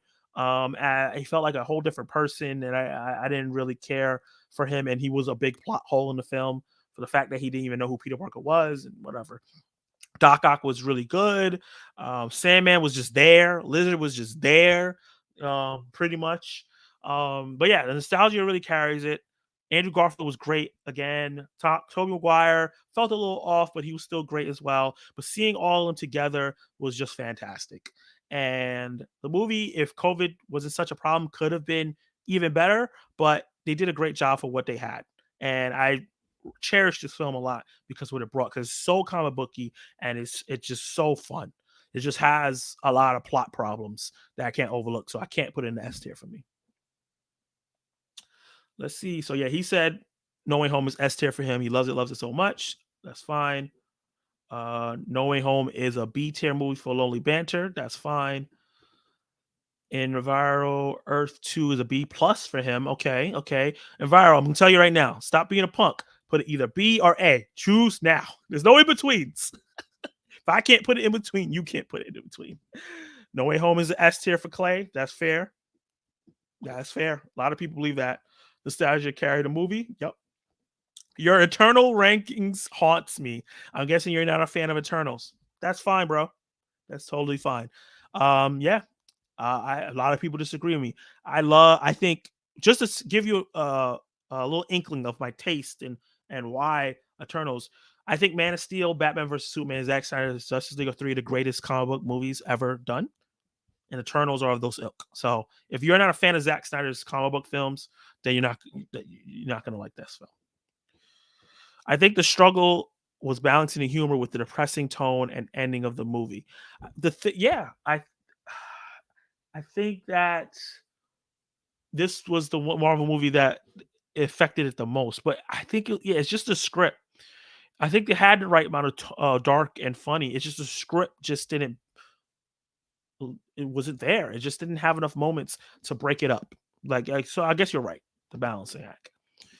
Eternals is B. Ambitious, but the writing and storyline edit did it a disservice. Okay, I can see that. I can see that. It is a very ambitious film. I don't know if I think the writing is bad per se, but the editing, yeah, the editing probably could have been a bit better. Peter was a criminal for 10 minutes. Yeah, it was a big thing in Far From Home, and then they kind of just said, okay, fan service is going to get it away. They had to cut the court scenes, which I understand. Yes, Andrew saving MJ was great. Great moment. Great moment that made me tear up. He already said it. Green Goblin. Now imagine if they killed off Peter and then introduced Green Goblin all after the fact. That's what they did to the Mandarin. You're still talking about that. I think Jamie Foxx was way better, and it was better than the he did last time. Yes, he did last time. Goblin way better in Spider-Man, in my opinion. I don't agree with you. I think that Jamie Foxx was better in Amazing Spider-Man 2. I thought he was dry as hell in No Way Home. And Goblin, um, I would say he's better in Spider-Man 1 because he's in more in the movie, but he's still great in No Way Home. Doc Ock was really good though, and an improvement. I don't think he's better in this than he is in Spider-Man 2, but he's really good. Like someone said, when the actors return, they feel more like actors than the original characters played. Yeah, that happens a lot of times. It happens all the time because they don't have that original writing and the director to really bring it out. People don't realize the directors and the writers are so important to have these characters come to life properly. Man, Zack Attack reviews. You drunk? Well, fun fact about Zack Attack reviews. Let me zoom in. I don't drink alcohol, so I can't be drunk. These are just my opinions, my guy. And yeah, I feel like I'm explaining them pretty well. If I'm not, let me know. Who you calling a punk? You, Enviro Earth 2. I missed the beginning. You ranking from A to D. Hey Ari, thank you for joining the stream. Yes, I'm ranking from A to D. I have done phases 1 through 3. I'm doing phase 4. So no, it's S to D, Ariella. S being the highest, the creme de la creme, and then A, B, C, D. You drunk tonight? Nah, man, I'm sober. I'm sober. Tell me what takes I have that makes me drunk. Let me know. Sober Zach hot takes. That's all I do. I'm always sober Zach hot takes. Ari, I'll go over what I had so far once I'm done. I think drinking juice cup too much. This is water. This is water. As you can see, see that how clear that is? That's sparkling water right there. Ah, the BVS take. Yes, I've gotten a lot of hate over the years for BVS take, but I love it.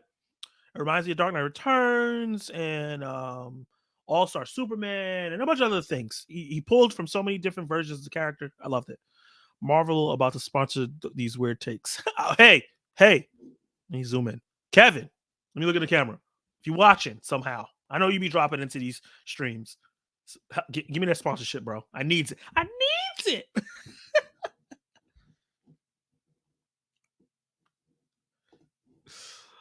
uh Wow, BVS Classic. Tell him. You know what I'm saying, Kal-El? Look at there. I ain't gonna shame you on that. We agree on that one. He's hydrated, so you know he means what he says. He show you again. Big gulp, you know what I mean? Hydrated. But yeah, No Way Home. It's a great movie. Just has a lot of problems. A lot of fun. Just a lot of problems. Now moving into Doctor Strange and the Multiverse of Madness. Um, Whew. Yeah. What a movie. Uh, I'm gonna give this movie a B. I think it's overly hated, but it is disappointing. I think that it's ambitious. It takes a lot of risks, so I'm actually gonna put it in the front of my B tier. Uh, yeah, I'm gonna put it in front of my B tier. I feel confident in that. I have not watched the movie over since I saw it in theaters, and I need to do that because it's on Disney Plus now. But I remember it being like, "Whoa, this is like they're actually doing as much horror as they could do in the MCU." Um, Wanda was amazing, even though it's twofold. Like, because I think that Elizabeth Olsen did a great job with what she was given, but also it pisses me off that the writers, the director, didn't watch WandaVision before they did it, so it feels like a betrayal to that show. And I think that show is one of the best things the MCU's ever done. I think all the cameos was really great. Um, I enjoy the action sequences. The movie actually just looks great. It's America Chavez. I was disappointed in because I'm actually a fan of that character, and they Disney-fied, light skinned her up. And I like the actress. Shoshi Gomez, but she just did. I was expecting like a Afro Latina Beyonce type to play the character, and they picked like a Selena Gomez. So that was weird. And she wasn't as fierce or as strong as I wanted her to be. Um, but the quirky and craziness that Sam Raimi did in the other later half of the film was insane, and I think overall it's still a good movie, to close to great movie.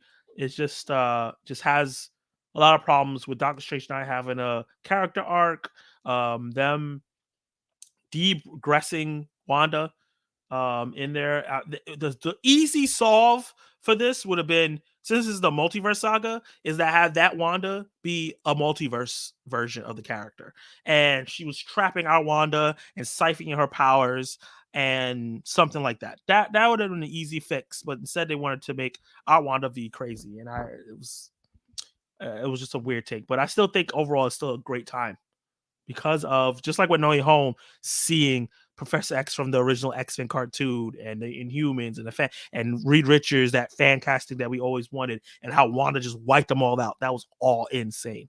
So yeah, I like Multiverse of Madness. Let's see what you guys had to say. Okay, he's hydrated. Martha baby. DS2 B tier. Yep. Who hates this movie? A lot of people hates this movie. A lot of people are disappointed and hates Multiverse of Madness. It wasn't a lot of multiverse and it wasn't a lot of madness, so it didn't live up to the hype. Doctor Stranger B, yep, it's a letdown because it wasn't what they talked about being, like, the first movie. I agree. It doesn't, and that's another thing. It doesn't tie the threads from the first movie that much into it, which is disappointing. I think, and it also is a step down from the first movie, and it shouldn't be. Maybe C, because they took all of Wanda's character progression. Neither was Shang-Chi, Lonely Banter. How so? How was Shang-Chi not what they showed to us? I'm very confused. I didn't hear them complaining, but not keeping America authentic. Just saying. Yeah, they didn't. People don't really know about America Chavez, so no one was clearly complaining about it other than our fans, which is really, really small. We all know that Wanda is crazy, though. Yeah, but man, it just didn't tie well into WandaVision and where she ended. I give it a 7.3 out of 10. That's fair. Not bad, not great, but not bad. That's fair. It's a fun movie. Now we're moving on to Thor: Love and Thunder. Woo! Ay ay ay.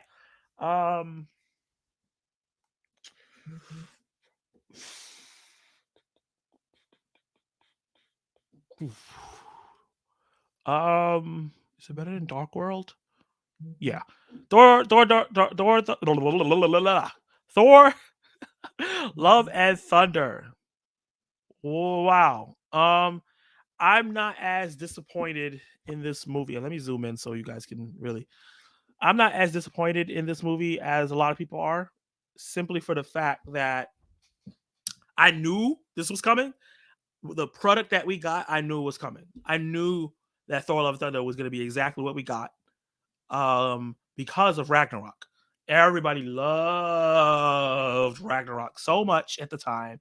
It was, even though it only made like 700 million, and people talked about it so much, and it got so much praise. And we revived the Hulk from the Hulk. We revived the Thor franchise and all this stuff. And I was like, "Whoa, do we watch the same movie?"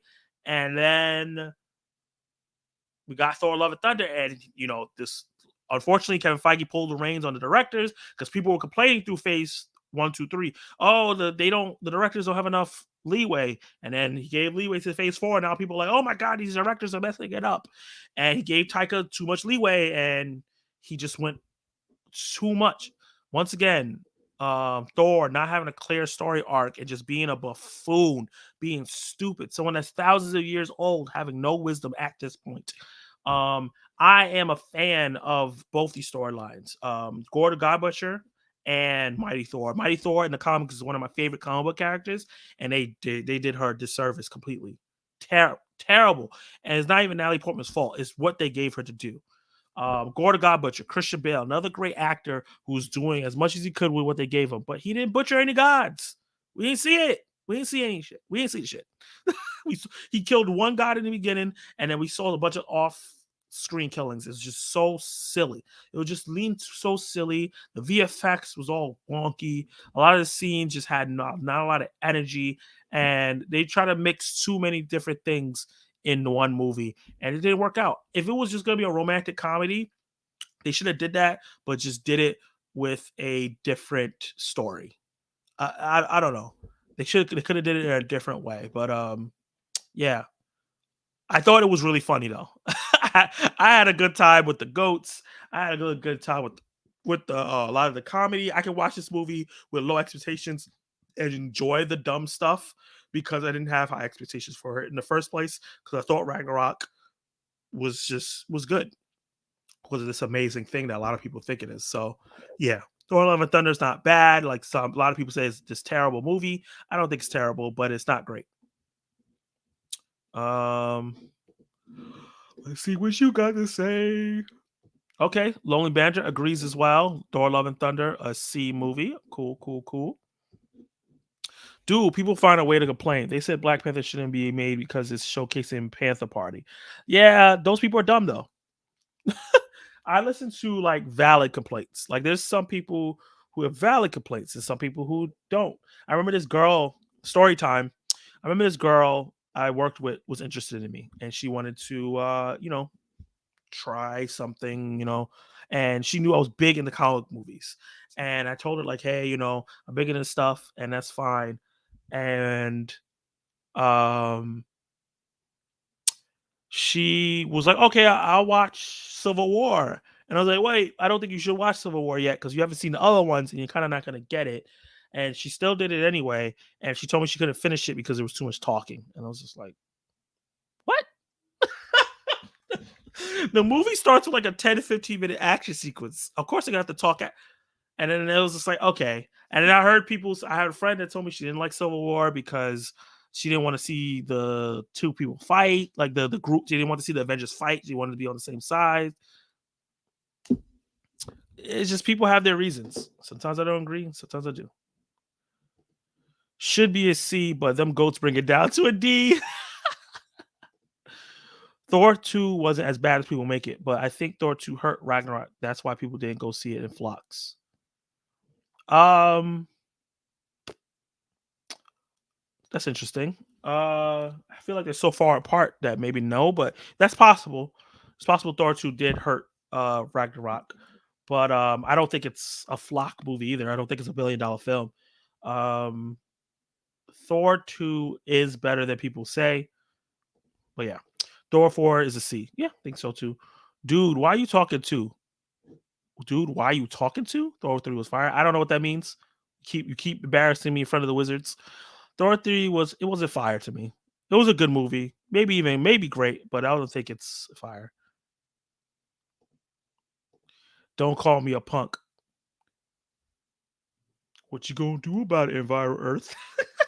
I'm mad that you just came back with that. That was like an hour ago. And you still haven't responded with your proper tier. Screen Gen reviews. Thank you for joining the stream. No talking, no action. What did she want? I don't know, bro. I was very, very confused. I was very, very, very confused with what she wanted. She wanted the Z. It's true because she got mad that I didn't care that she didn't like Civil War. She was really, really bad. The coworker is not me, even if your mom thinks so. Thor 3 is amazing. No, it's not you. That is hilarious. Oh man, that is my former coworker, now just friend, Ariella. She sent me a nice text after we haven't seen each other a while, and my mom saw it and she was like, "What the hell's going on here, Zach? You got something to tell me?" Dude, who are you talking to? Who are these wizards? Is that the basketball thing or Harry Potter thing? No, it's a Infinity War reference. When Tony told Hulk, "You're embarrassing me in front of the wizards." God, you say Infinity War is better. You don't remember the jokes. Fake fan. Okay, Black Panther: Wakanda Forever, a very controversial film that I enjoy a lot. Um, yeah, Yeah, right there. Sits right there for me. Um, in the A tier, in between Eternals and No Way Home. I know that's probably blasphemy for a lot of y'all. Y'all gonna hate me. But yeah, Black Panther Wakanda Forever. I thought that Letitia Wright did a great job as taking her reins and being the main character. I think the writing of her character and the writing of her journey of her struggling with science and I guess religion and her people's religion is a great storyline, and it didn't it and I think it's I like that it didn't get completed and finished. She's still in between there where she believes in the mythicism of it, but she also believes in science and she's kind of in between there. I like that she's also in between like T'Challa and Killmonger as well, like because she's like not fully like in like peaceful like her brother was, but she doesn't want to be as hateful as Killmonger. I love Angela Bassett's performance. I do think she deserved some recognition for it. I think that Namor or No More or Kuku Khan, or is that how you say Kuku Khan? I think that he did a great job being a villain, and I thought that his motivations was on the par with Killmonger. And actually, I think his motivations were better executed in Killmonger's. Um, I think that the action wasn't as good as the first one, and that's kind of why it's not as high as the first one. I think that the action sequences was toned down. I don't know if that's because of COVID or whatever, but the action sequences was a step down a little bit from the first one. But the VFX was much better in this one than the first one. Um, yeah, I just like the story that they did. I like the introduction of Riri Williams. I'm excited for her show and for her to be a legacy character for Iron Man. And yeah, I enjoyed this movie a lot. I think it's one of the better MCU films. And yeah, if you don't like it, I understand. I know a lot of people are like, "Oh, they recast T'Challa," but I can't see them doing that with this cast and how close they were. I think that would have just been a hurt on them. I know a lot of people need the character for themselves, but we have other black characters in MCU. We have two other black characters going to get movies, and we're going to have other black characters like Wonder Man and well, I know he's not originally a black character, but he's going to be a black character in MCU, getting movies and being introduced. So we'll have other strong characters as well. But yeah, I loved it. Let me see what you guys have to say. Wanda Kids Forever, A tier. Yep. Fantastic. Yeah, great acting. The acting was really, really great.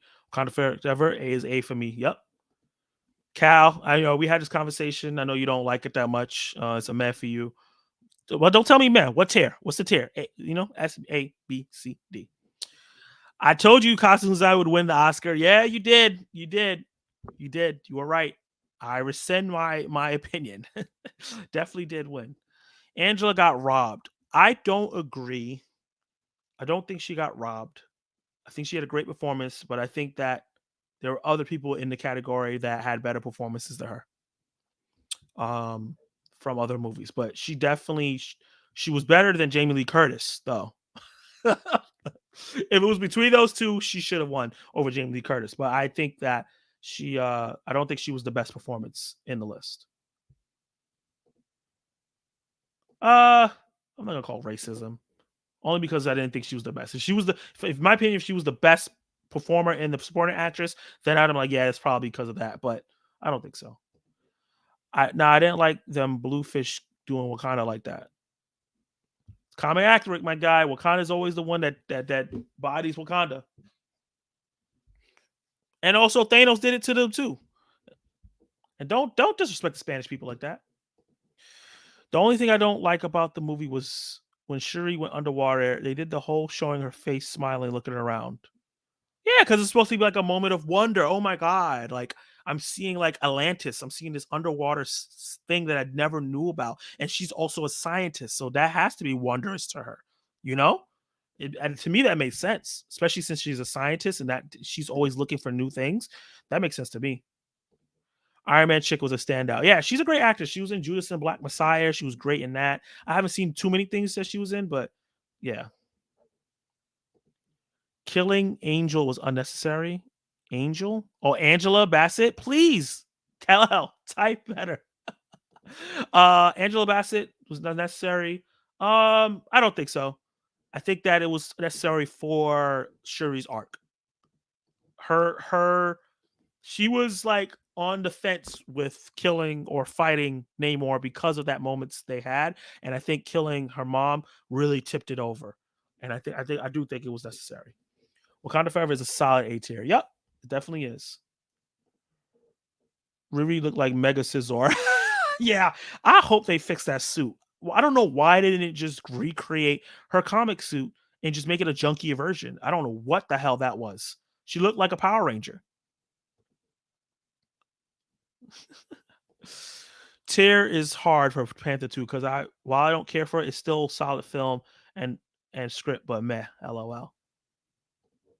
But Jamie won. She did better than her. She did do better than Jamie Lee Curtis, but I don't think she did better than the other actresses in the category. Angela did better than Jamie Lee Curtis. Jamie Lee Curtis should have been nominated.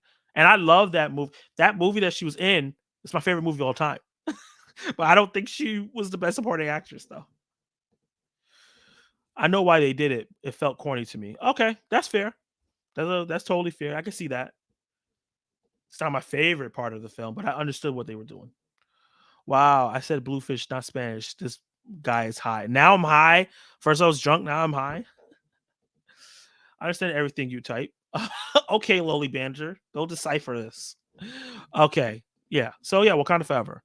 Woo! So we're getting to the last two films. And yeah, Ant-Man Quantumania. Boop. Is it better than yeah, I know. I'm gonna put it in the back. I'm gonna put it in the back. I think it's more entertaining than Black Widow. Is it better than Black Widow? Black Widow. I'm gonna leave it right here for now. Ant-Man Quantumania is probably one of the most disappointing MCU films of all time. Yeah. I was very confused because the trailer teased something that we did not get. They teased that Scott Lang was going to have to choose to do something for Kang in order to get back time with his daughter. Maybe he was going to do something selfish so he can go back in time and then not realize or something like that. And I thought that would have been an amazing, amazing storyline and not put Ant-Man into a direct fight with Kang, but still have Kang be the major bad guy. And for some reason, they wanted to match up Ant-Man with Kang, and it made no sense to me. If you're gonna make Kang the big bad of this phase, Ant-Man should not be the one that he's matching up with. It's very, very confusing why they did that. The movie is fun. I like a lot. I like the quantum realm and the way it's realized how it look. I think that Michelle Pfeiffer was great. I think that she did a great job. She was kind of the other main character in this film, and I kind of wish that she was just the main wasp because the wasp that we got barely did anything. And eh. The action sequences were unfortunately lackluster and not as fun as the first one, or not even fun as the second one, which is crazy. Um, what else? Cassie. They should have just kept the original actress because this actress, woo, did not impress me at all. And Cassie's a cool character, but they didn't introduce her in a way. And Modoc. Oh my god, Modoc. Um, Very cool character in the comics. Yes, he's kind of a joke, but he's still a very menacing character at the same time. And they just went way off the rails with that. Kang getting defeated by the ants wasn't that bad. I just think it could have just been executed better. Just everything in this movie, the movie had so much potential, and it could if it just was executed better, had a better script. These guys that are writing these scripts for these couple FC movies need to be thrown off. And I'm actually gonna do a cheap plug right now. Tomorrow I'm gonna actually be joining Zach Malign. Hopefully I said his name right. He's been on my channel before. Zach Malign talks movies. I'm gonna be on a stream with him tomorrow for the first time where we're gonna be talking about different things, and we're gonna be talking about how they took off Jeff Loveness off Avengers Kang Dynasty.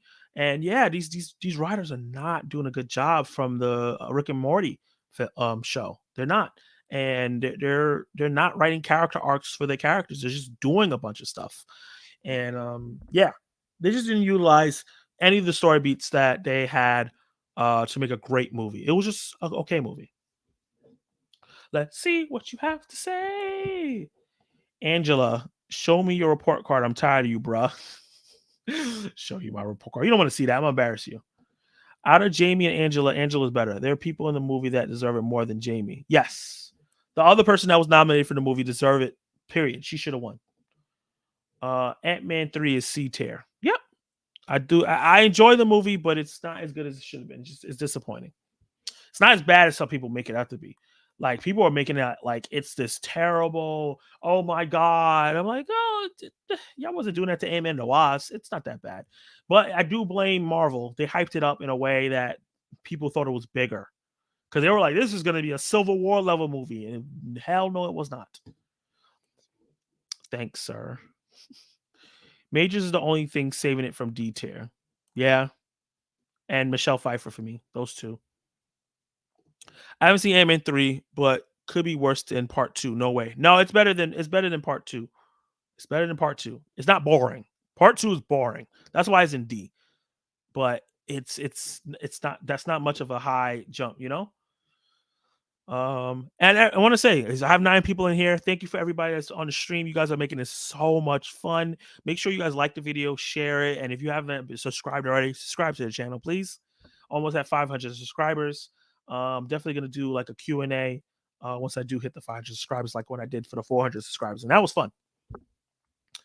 And I wanted to get it by my birthday because my birthday's this Friday, but unfortunately, people unsubbed. They didn't like some of my takes on their old movies. You ain't learned from Iron Man 3 to not trust MCU trailers, Zach. No, I didn't learn. Because most MCU trailers are accurate. So I'm not gonna say that, you know. Cause Cassie sucked quantumly. Yeah, she was not her. I don't think that actress has experience doing green screen, and they used the volume, and I don't think she really understood the spatial thing or what was going on. They need to do practical stuff again. Hopefully, in her follow up, she's better. Catwoman is a set tripper. She's over there with the MCU gang now. Love her though. She's stupid. Hopefully, she's in the Flash. That'll be a cool surprise. Modoc brought the movie down 2 tiers. And they had such potential with Modoc and Yellow Jacket to make it tie into Cassie and her to have PTSD with that character because of what he did to her as a child. They dropped the ball.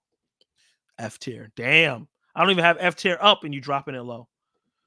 By the way, these people who wrote Ant-Man 3 writing the Avengers movies, if I can remember, they're actually not writing it anymore. They got kicked off. They just got fired recently. Josh Whedon is to Russo brothers. They brought TV writers was gonna keep that train rolling. Yeah, that's true. You know, they have a lot of TV writers that did a good job, but Russo brothers and Whedon both had people overlooking them and making sure that the movies were at a certain quality. And he let the reins go and let these guys do whatever, and that's what we got. And Peyton Reed is not a competent comic book director, unfortunately. Oh, thank you, Screen Zen. I appreciate that. I had to unsub, my bad. Man, unsub for talking rah-rah. Peyton Reed sucks. He directed Bring It On, so I'm not gonna say he sucks. I like that movie. Caress Row, Happy Row. Oh, hey, I didn't say I was at 500 yet. I'm almost there. I'm almost there. Hopefully I get there soon. Tell your friends to subscribe. Almost there. If Cassie sucked, it would be brought up a tier. If Cassie sucked, it would be brought up a tier. I guess you mean if Cassie didn't suck. Oh shoot, great news. Yeah. What said that this is a what? Who said that? This is a family channel. Yo, why Zach? Yo, Zach, why they running with the Margot Robbie rumors run crazy? We don't want that. I wouldn't mind Margot Robbie as Sue Storm. Why not? She's a great actress. I do want it to be chick from Amanda Seyfried. I think she would be perfect. Green face, green smile. All right, and now we're up to the final film. Um. Do, do, do, do, do, do, do, do, do, do, do, do. Is the final S tier film for me. Um, yeah, amazing, amazing movie. This might be recency bias because I just saw it and I loved it, but yeah, I think that this was a damn near perfect movie. I think James Gunn was super confident in his writing, his directing, his way he created the sets, the visual effects, the story arcs, and how everybody had a story arc and it was completed in a way. The action is top tier for the MCU. The High Evolutionary, while not the best villain of all time, is one of the best villains that we've gotten. And I can't say the actor's name properly, but he did a great job with that character. I love um, just Rocket's story and everything with Teeth and Floor and Lila and how that brought me to tears. And well, it didn't bring me to tears. I didn't actually cry, but and how it made me well up. The brutalness of the movie, it was way more brutal than than any MCU movie, to be honest. Now that I'm thinking about it. Um, what else? I like Adam Warlock. He was funny. Yeah, he was tagged in onto the movie and they didn't really have a super plan, but I think they did the best job they could. And I think that was a great opening. Him coming in and just wrecking shop like that. The first F bomb in the MCU, that's gonna always make this movie a classic for that because this is the first one to do it. Thought that was great. Nebula was great as always. I thought her best performance was in Endgame, but this was up there with her performances. Um, what else? What else can I say? The comedy was really great. I don't maybe the comedy wasn't balanced as much as it could be with the serious moments, but it wasn't over the top like a Thor: Love and Thunder or Volume 2 or Ragnarok. It was better balanced than that. Um, what else can I say about this movie? Third act was amazing. It's just a fun movie. I have problems with certain things like the part where those guys are shooting at Rocket. How they missed him, I don't know. That's silly. And there's like other small nitpick things that I have with the movie, but overall, I just think it's a great, great film. And but me, who are not like as you can see, I'm not over the hill with the Guardians movies, as you could tell. Guardians 1 is in the A tier, but it's like in the lower half, and then Volume 2 is in the B tier and it's a lower half. But Volume 3 I thought was amazing.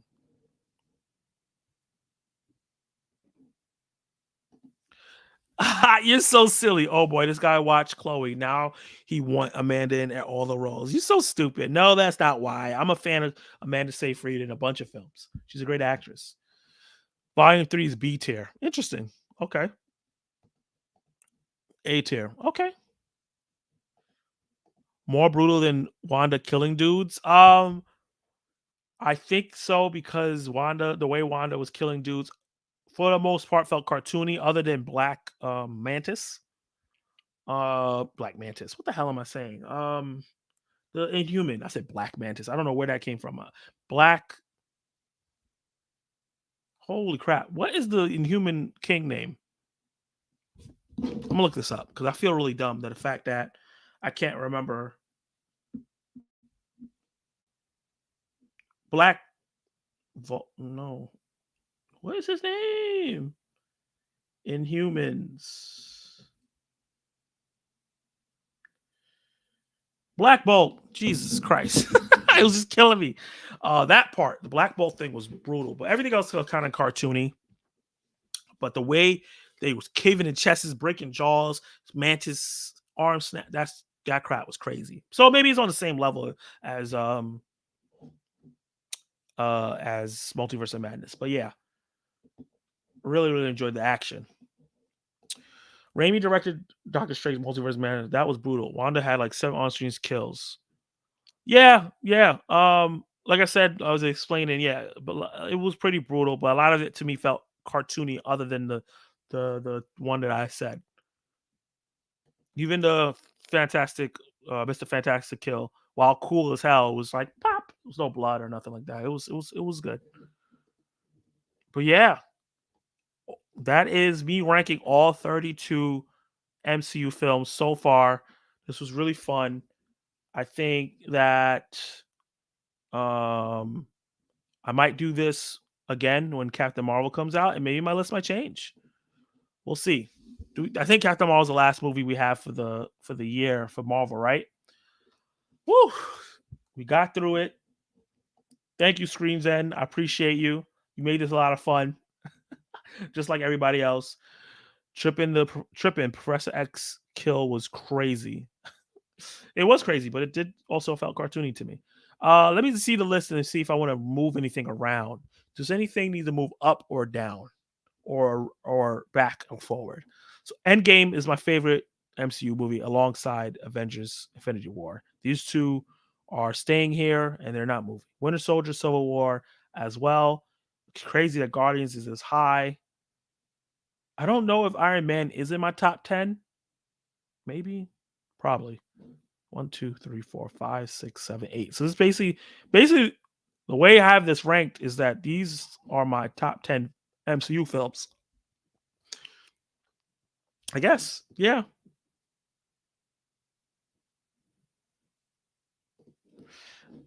Who that? Clay? I knew Clay would say Iron Man down.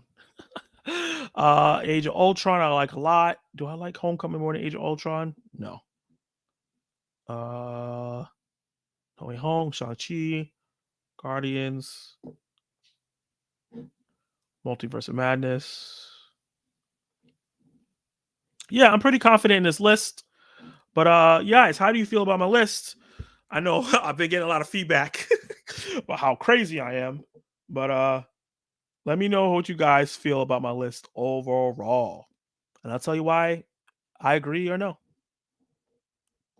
Iron Man 3 down. No. I like that movie a lot.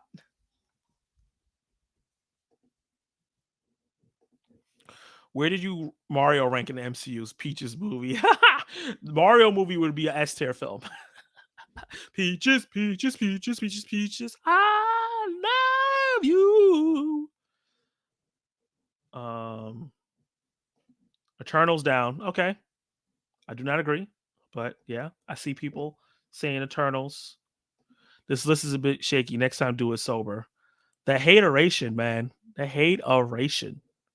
What's shaky about my list, Kal-El? Let me know. Eternals, no way. Damn.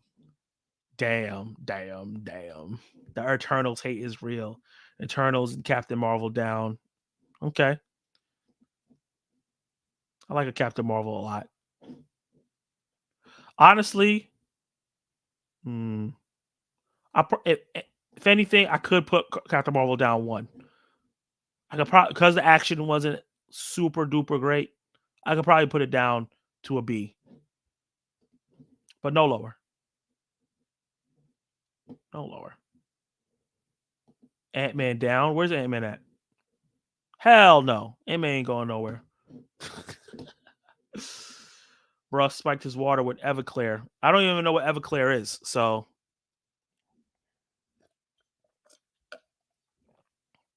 that's not correct.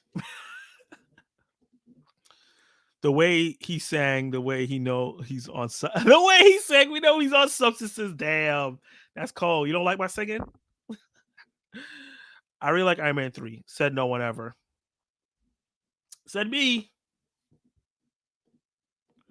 He definitely on a Russian substance. Thor 3 is a B. Yes, it is. Ant-Man bottom also. Damn, that's crazy. Ant-Man and the Wasp is bottom, not regular Ant-Man. Love that movie. Ant-Man 1 was dope. Yes, it was. So fun. Perfect tone for the character, mixing the heist. I love it. So fun. Paul Rudd is a gem in that movie. Oh, yeah. Thor 3 is top tier. Yeah. Not for me, bucko.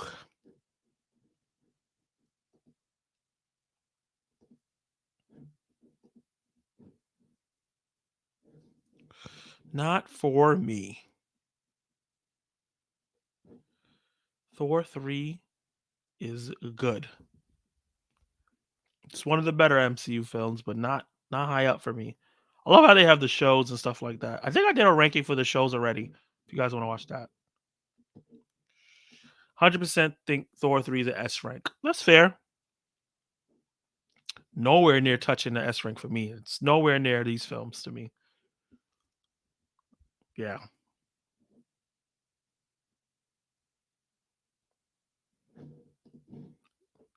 fun film, but not something that I rewatch, and not something, you know what I'm saying. Like, rewatchability is a big for me in this, and I do not rewatch Thor Ragnarok.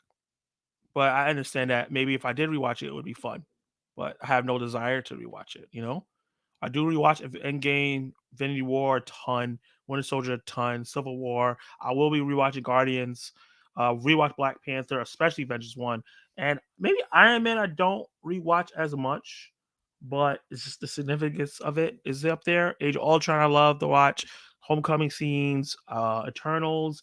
It's not something that's super rewatchable, but it's one of those things that when I watch it, I'm going to be engrossed. um, yeah, Wakanda Forever. I just rewatched it recently. No Way Home scenes are Shang-Chi's rewatchable. A lot of these movies are really rewatchable.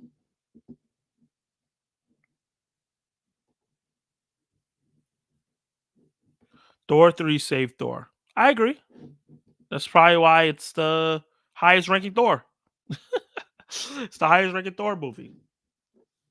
But I didn't think Thor needed to be saved that way. I think he just needed to be retooled in a better, more serious, more God of War way. Guardians gear is top tier. That's why it's today. I'm most surprised how many people put Endgame over Infinity War. I guess I just enjoy it. I guess I just enjoy a downer ending. Look, Endgame kind of has a downer ending. Tony Stark dies for real, for real. There's no bringing him back. Big homie is dead until we get a variant version in Secret Wars or something. So it still technically has a downer ending. We end on a funeral, you know. Um, but yeah, Endgame is just such a great comic book film. I love that film so much. But it's like this. Like, it's just above Infinity War. I think that Endgame has a better story than Infinity War. Um there's some parts with Thor that I didn't really care about on his adventure of getting the axe, and some of the jokes with him was like, what? Like when he was like, "Will it kill me?" He's like, "Yes, that's what that means." So it's just like, what? So that's so stupid. I didn't have that many of that in Endgame, you know. So that's why I have it over. But Infinity War is so freaking good. Dude got Iron Man 3 over Far From Home and Thor 3. I hope he's high. Nah. Thor 3, like I said, just too comedic for me. It's too comedic for me. Made the character a doof. Didn't appreciate that at all. But it's a good time overall. And what else we said? I have it over Far From Home. Like I said, Far From Home. I don't like the choices they made with Peter Parker in that film. So you know, Thor 3 also destroyed Thor. Yeah, it's a double edged sword. I think that's why it's lower for me. Yes, people were like, "Oh, I'm interested in Thor again," but at the same time, you saw what happened. Thor went from Shakespeare in the Park to space god. I would say space goof because he doesn't really do anything godly in any of his movies. So there's no situation that end shame is better than Infinity War. Stop fake news. End shame. You and your bad takes. Bad takes. Where's No Way Home? No Way Home is an A tier. Toxic Gamer. Thank you for joining the stream. Uh, is there a way for me to make this bigger so you guys can see it better? Let me see. Zoom in. Zoom in. So yeah.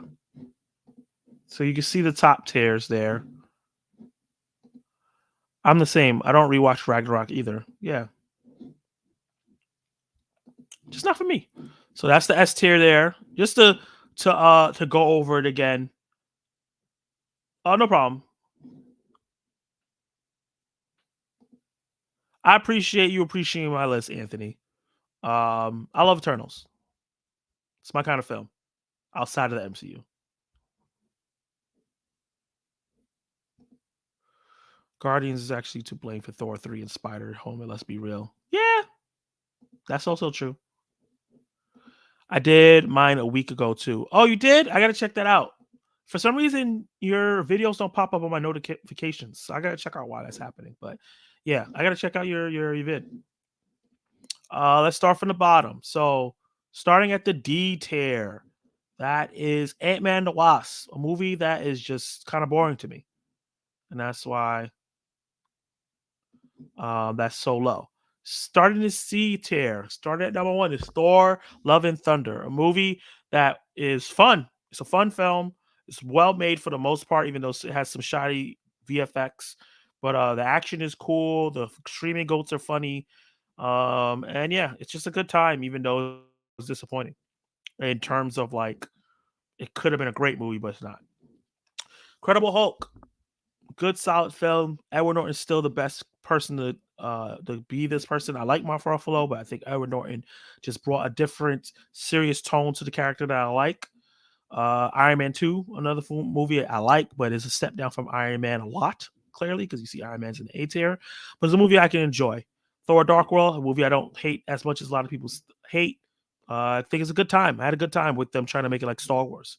Black Widow, a movie that could have been a lot better than it was. It's Winter Soldier Light, but still entertained, and I like a lot of the characters that were introduced in the film. Ant-Man Quantumania, just a disappointing film. That could have been great, but it's not. But it's not boring. It's not boring like Ant-Man and the Wasp. I still was entertained watching it, and I had some laughs. But yeah, Captain Marvel movie that's underrated to me. I like it a lot. I think Brie Larson's performance was actually pretty good for what they were telling in the story, and there's some fun moments in there. And I like how it's a different structure than a lot of MCU films. Multiverse of Madness, just a crazy film that should have been crazier. And I love the cameos. Ragnarok, fun. Far From Home, fun. Volume 2, fun. First Avenger, underrated. Thor, good film. Ant-Man, great film. Iron Man 3, despite what you say, great film. Guardians of the Galaxy, Doctor Strange, Shang-Chi, No Way Home, Wakanda Forever, Eternal, Spider-Man Homecoming, and Age of Ultron, all A tier for me. Great, great films that just are not the creme de la creme, but just top tier stuff too. And then the top tier S tier is Endgame, Infinity War, Winter Soldier, Civil War, Volume 3, Black Panther, Avengers Assemble, and Iron Man.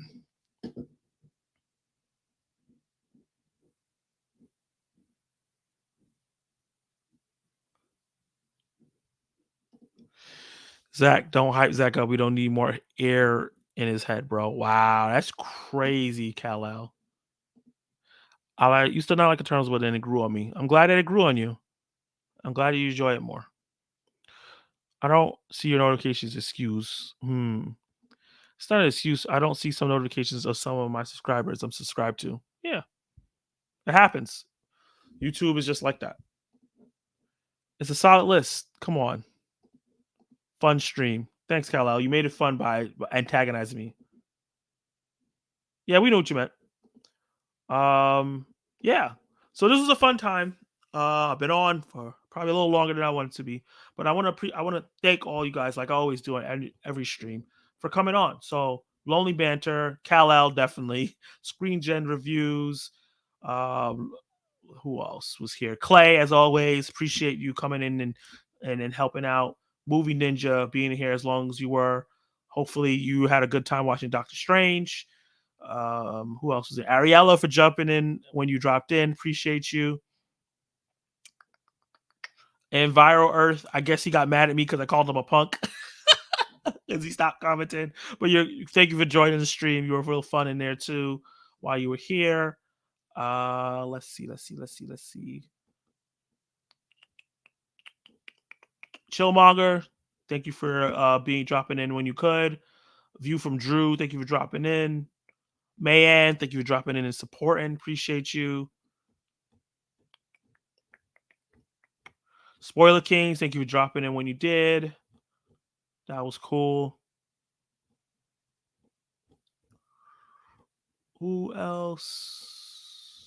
I feel like I'm forgetting somebody that was there early on. Said movie ninja spoiler. Derpy, thank you for joining in, dropping your list.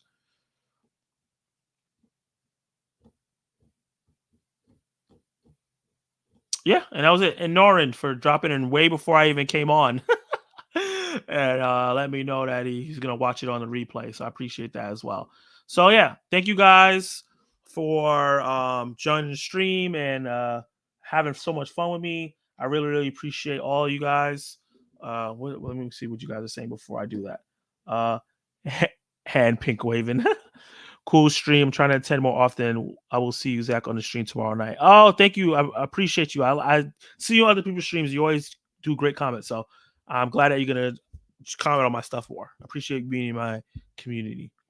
Uh, oh, good night, Clay. Thank you. I'm pretty sure I know you have to go to sleep soon because me too. Got work early. And what's next? That's a good question. So, what's next for the channel? I saw Kandar, a new Gerald Butler movie last week, and I'm gonna get that review done. I have my Throwback Thursday film to review for Thursday. It's a movie that is called Good Luck Grandma. I'm doing Asian American and Pacific Islander appreciation because it's a heritage month for them. So I was doing films starring those people, and this is my last week, I think. I'm doing it, and I'm excited to do that. And think I'm gonna go check out Little Mermaid on Saturday, maybe Saturday night. I'm not going on my birthday, and I'm not going Thursday, so I'll probably see it Saturday night and give you guys a review for that. The next Tuesday, the stream is what is coming for June. You guys, that stream does pretty well, and people usually like it. So I'm gonna do that for next. I'm always doing it at the end of the month or the beginning of the month. So that's what's coming next week for that stream. And then tomorrow I'm gonna be on Zach Maline reviews or Zach Maline talk movies. We're gonna be doing like movie and entertainment news breakdowns. So it's gonna be the first time I collab with him. So I'm gonna share it on my channel. Definitely check it out and jump in and show him support because he's a great guy. What people? What people? I don't know what that means. But yeah, that's a couple next couple things that I have coming on for the channel. And I think after Little Mermaid, I'm not sure what's coming after. Hey, speaking of Norin, I just shouted you out. Amazing stuff. Sounds fun. Happy early birthday. Just finished up the Scream stream on Voices on the Malisan podcast. Oh, did you share it to your page? I want to check that out. I have a couple of your vids that I actually need to check out. I haven't got to see, especially that Batman collection vid. I definitely want to see that. Two Zacks in one place. I know. Two Zacks in one place is going to be amazing. Zach Ryan is a great guy. I'm pretty sure I'm saying his last name wrong, but he's a great guy. He's really fun. So I'm glad that he invited me over to his channel because he's come on my channel twice. So I definitely wanted to pay it forward to go on his channel as well. So definitely, guys, come support that as well. I'll share it to the community tab like I always do. But yeah, you can see my eyes getting droopy. I'm getting tired. This was really fun. I'm glad I got to do this. And yeah, I'm planning more stuff for the channel and stuff like that. I'm trying to make more time. Can't do this full time like I want to, but I appreciate everyone that stuck it out with me and comments on all my vids and help the vids improve every month. So hopefully soon the channel gets more traction and I get on my way up so I can do this full time. But yeah, I'll see you guys later on the next vid and the next stream. Appreciate you guys. All have a good night. I love you. Good night. And the broadcast.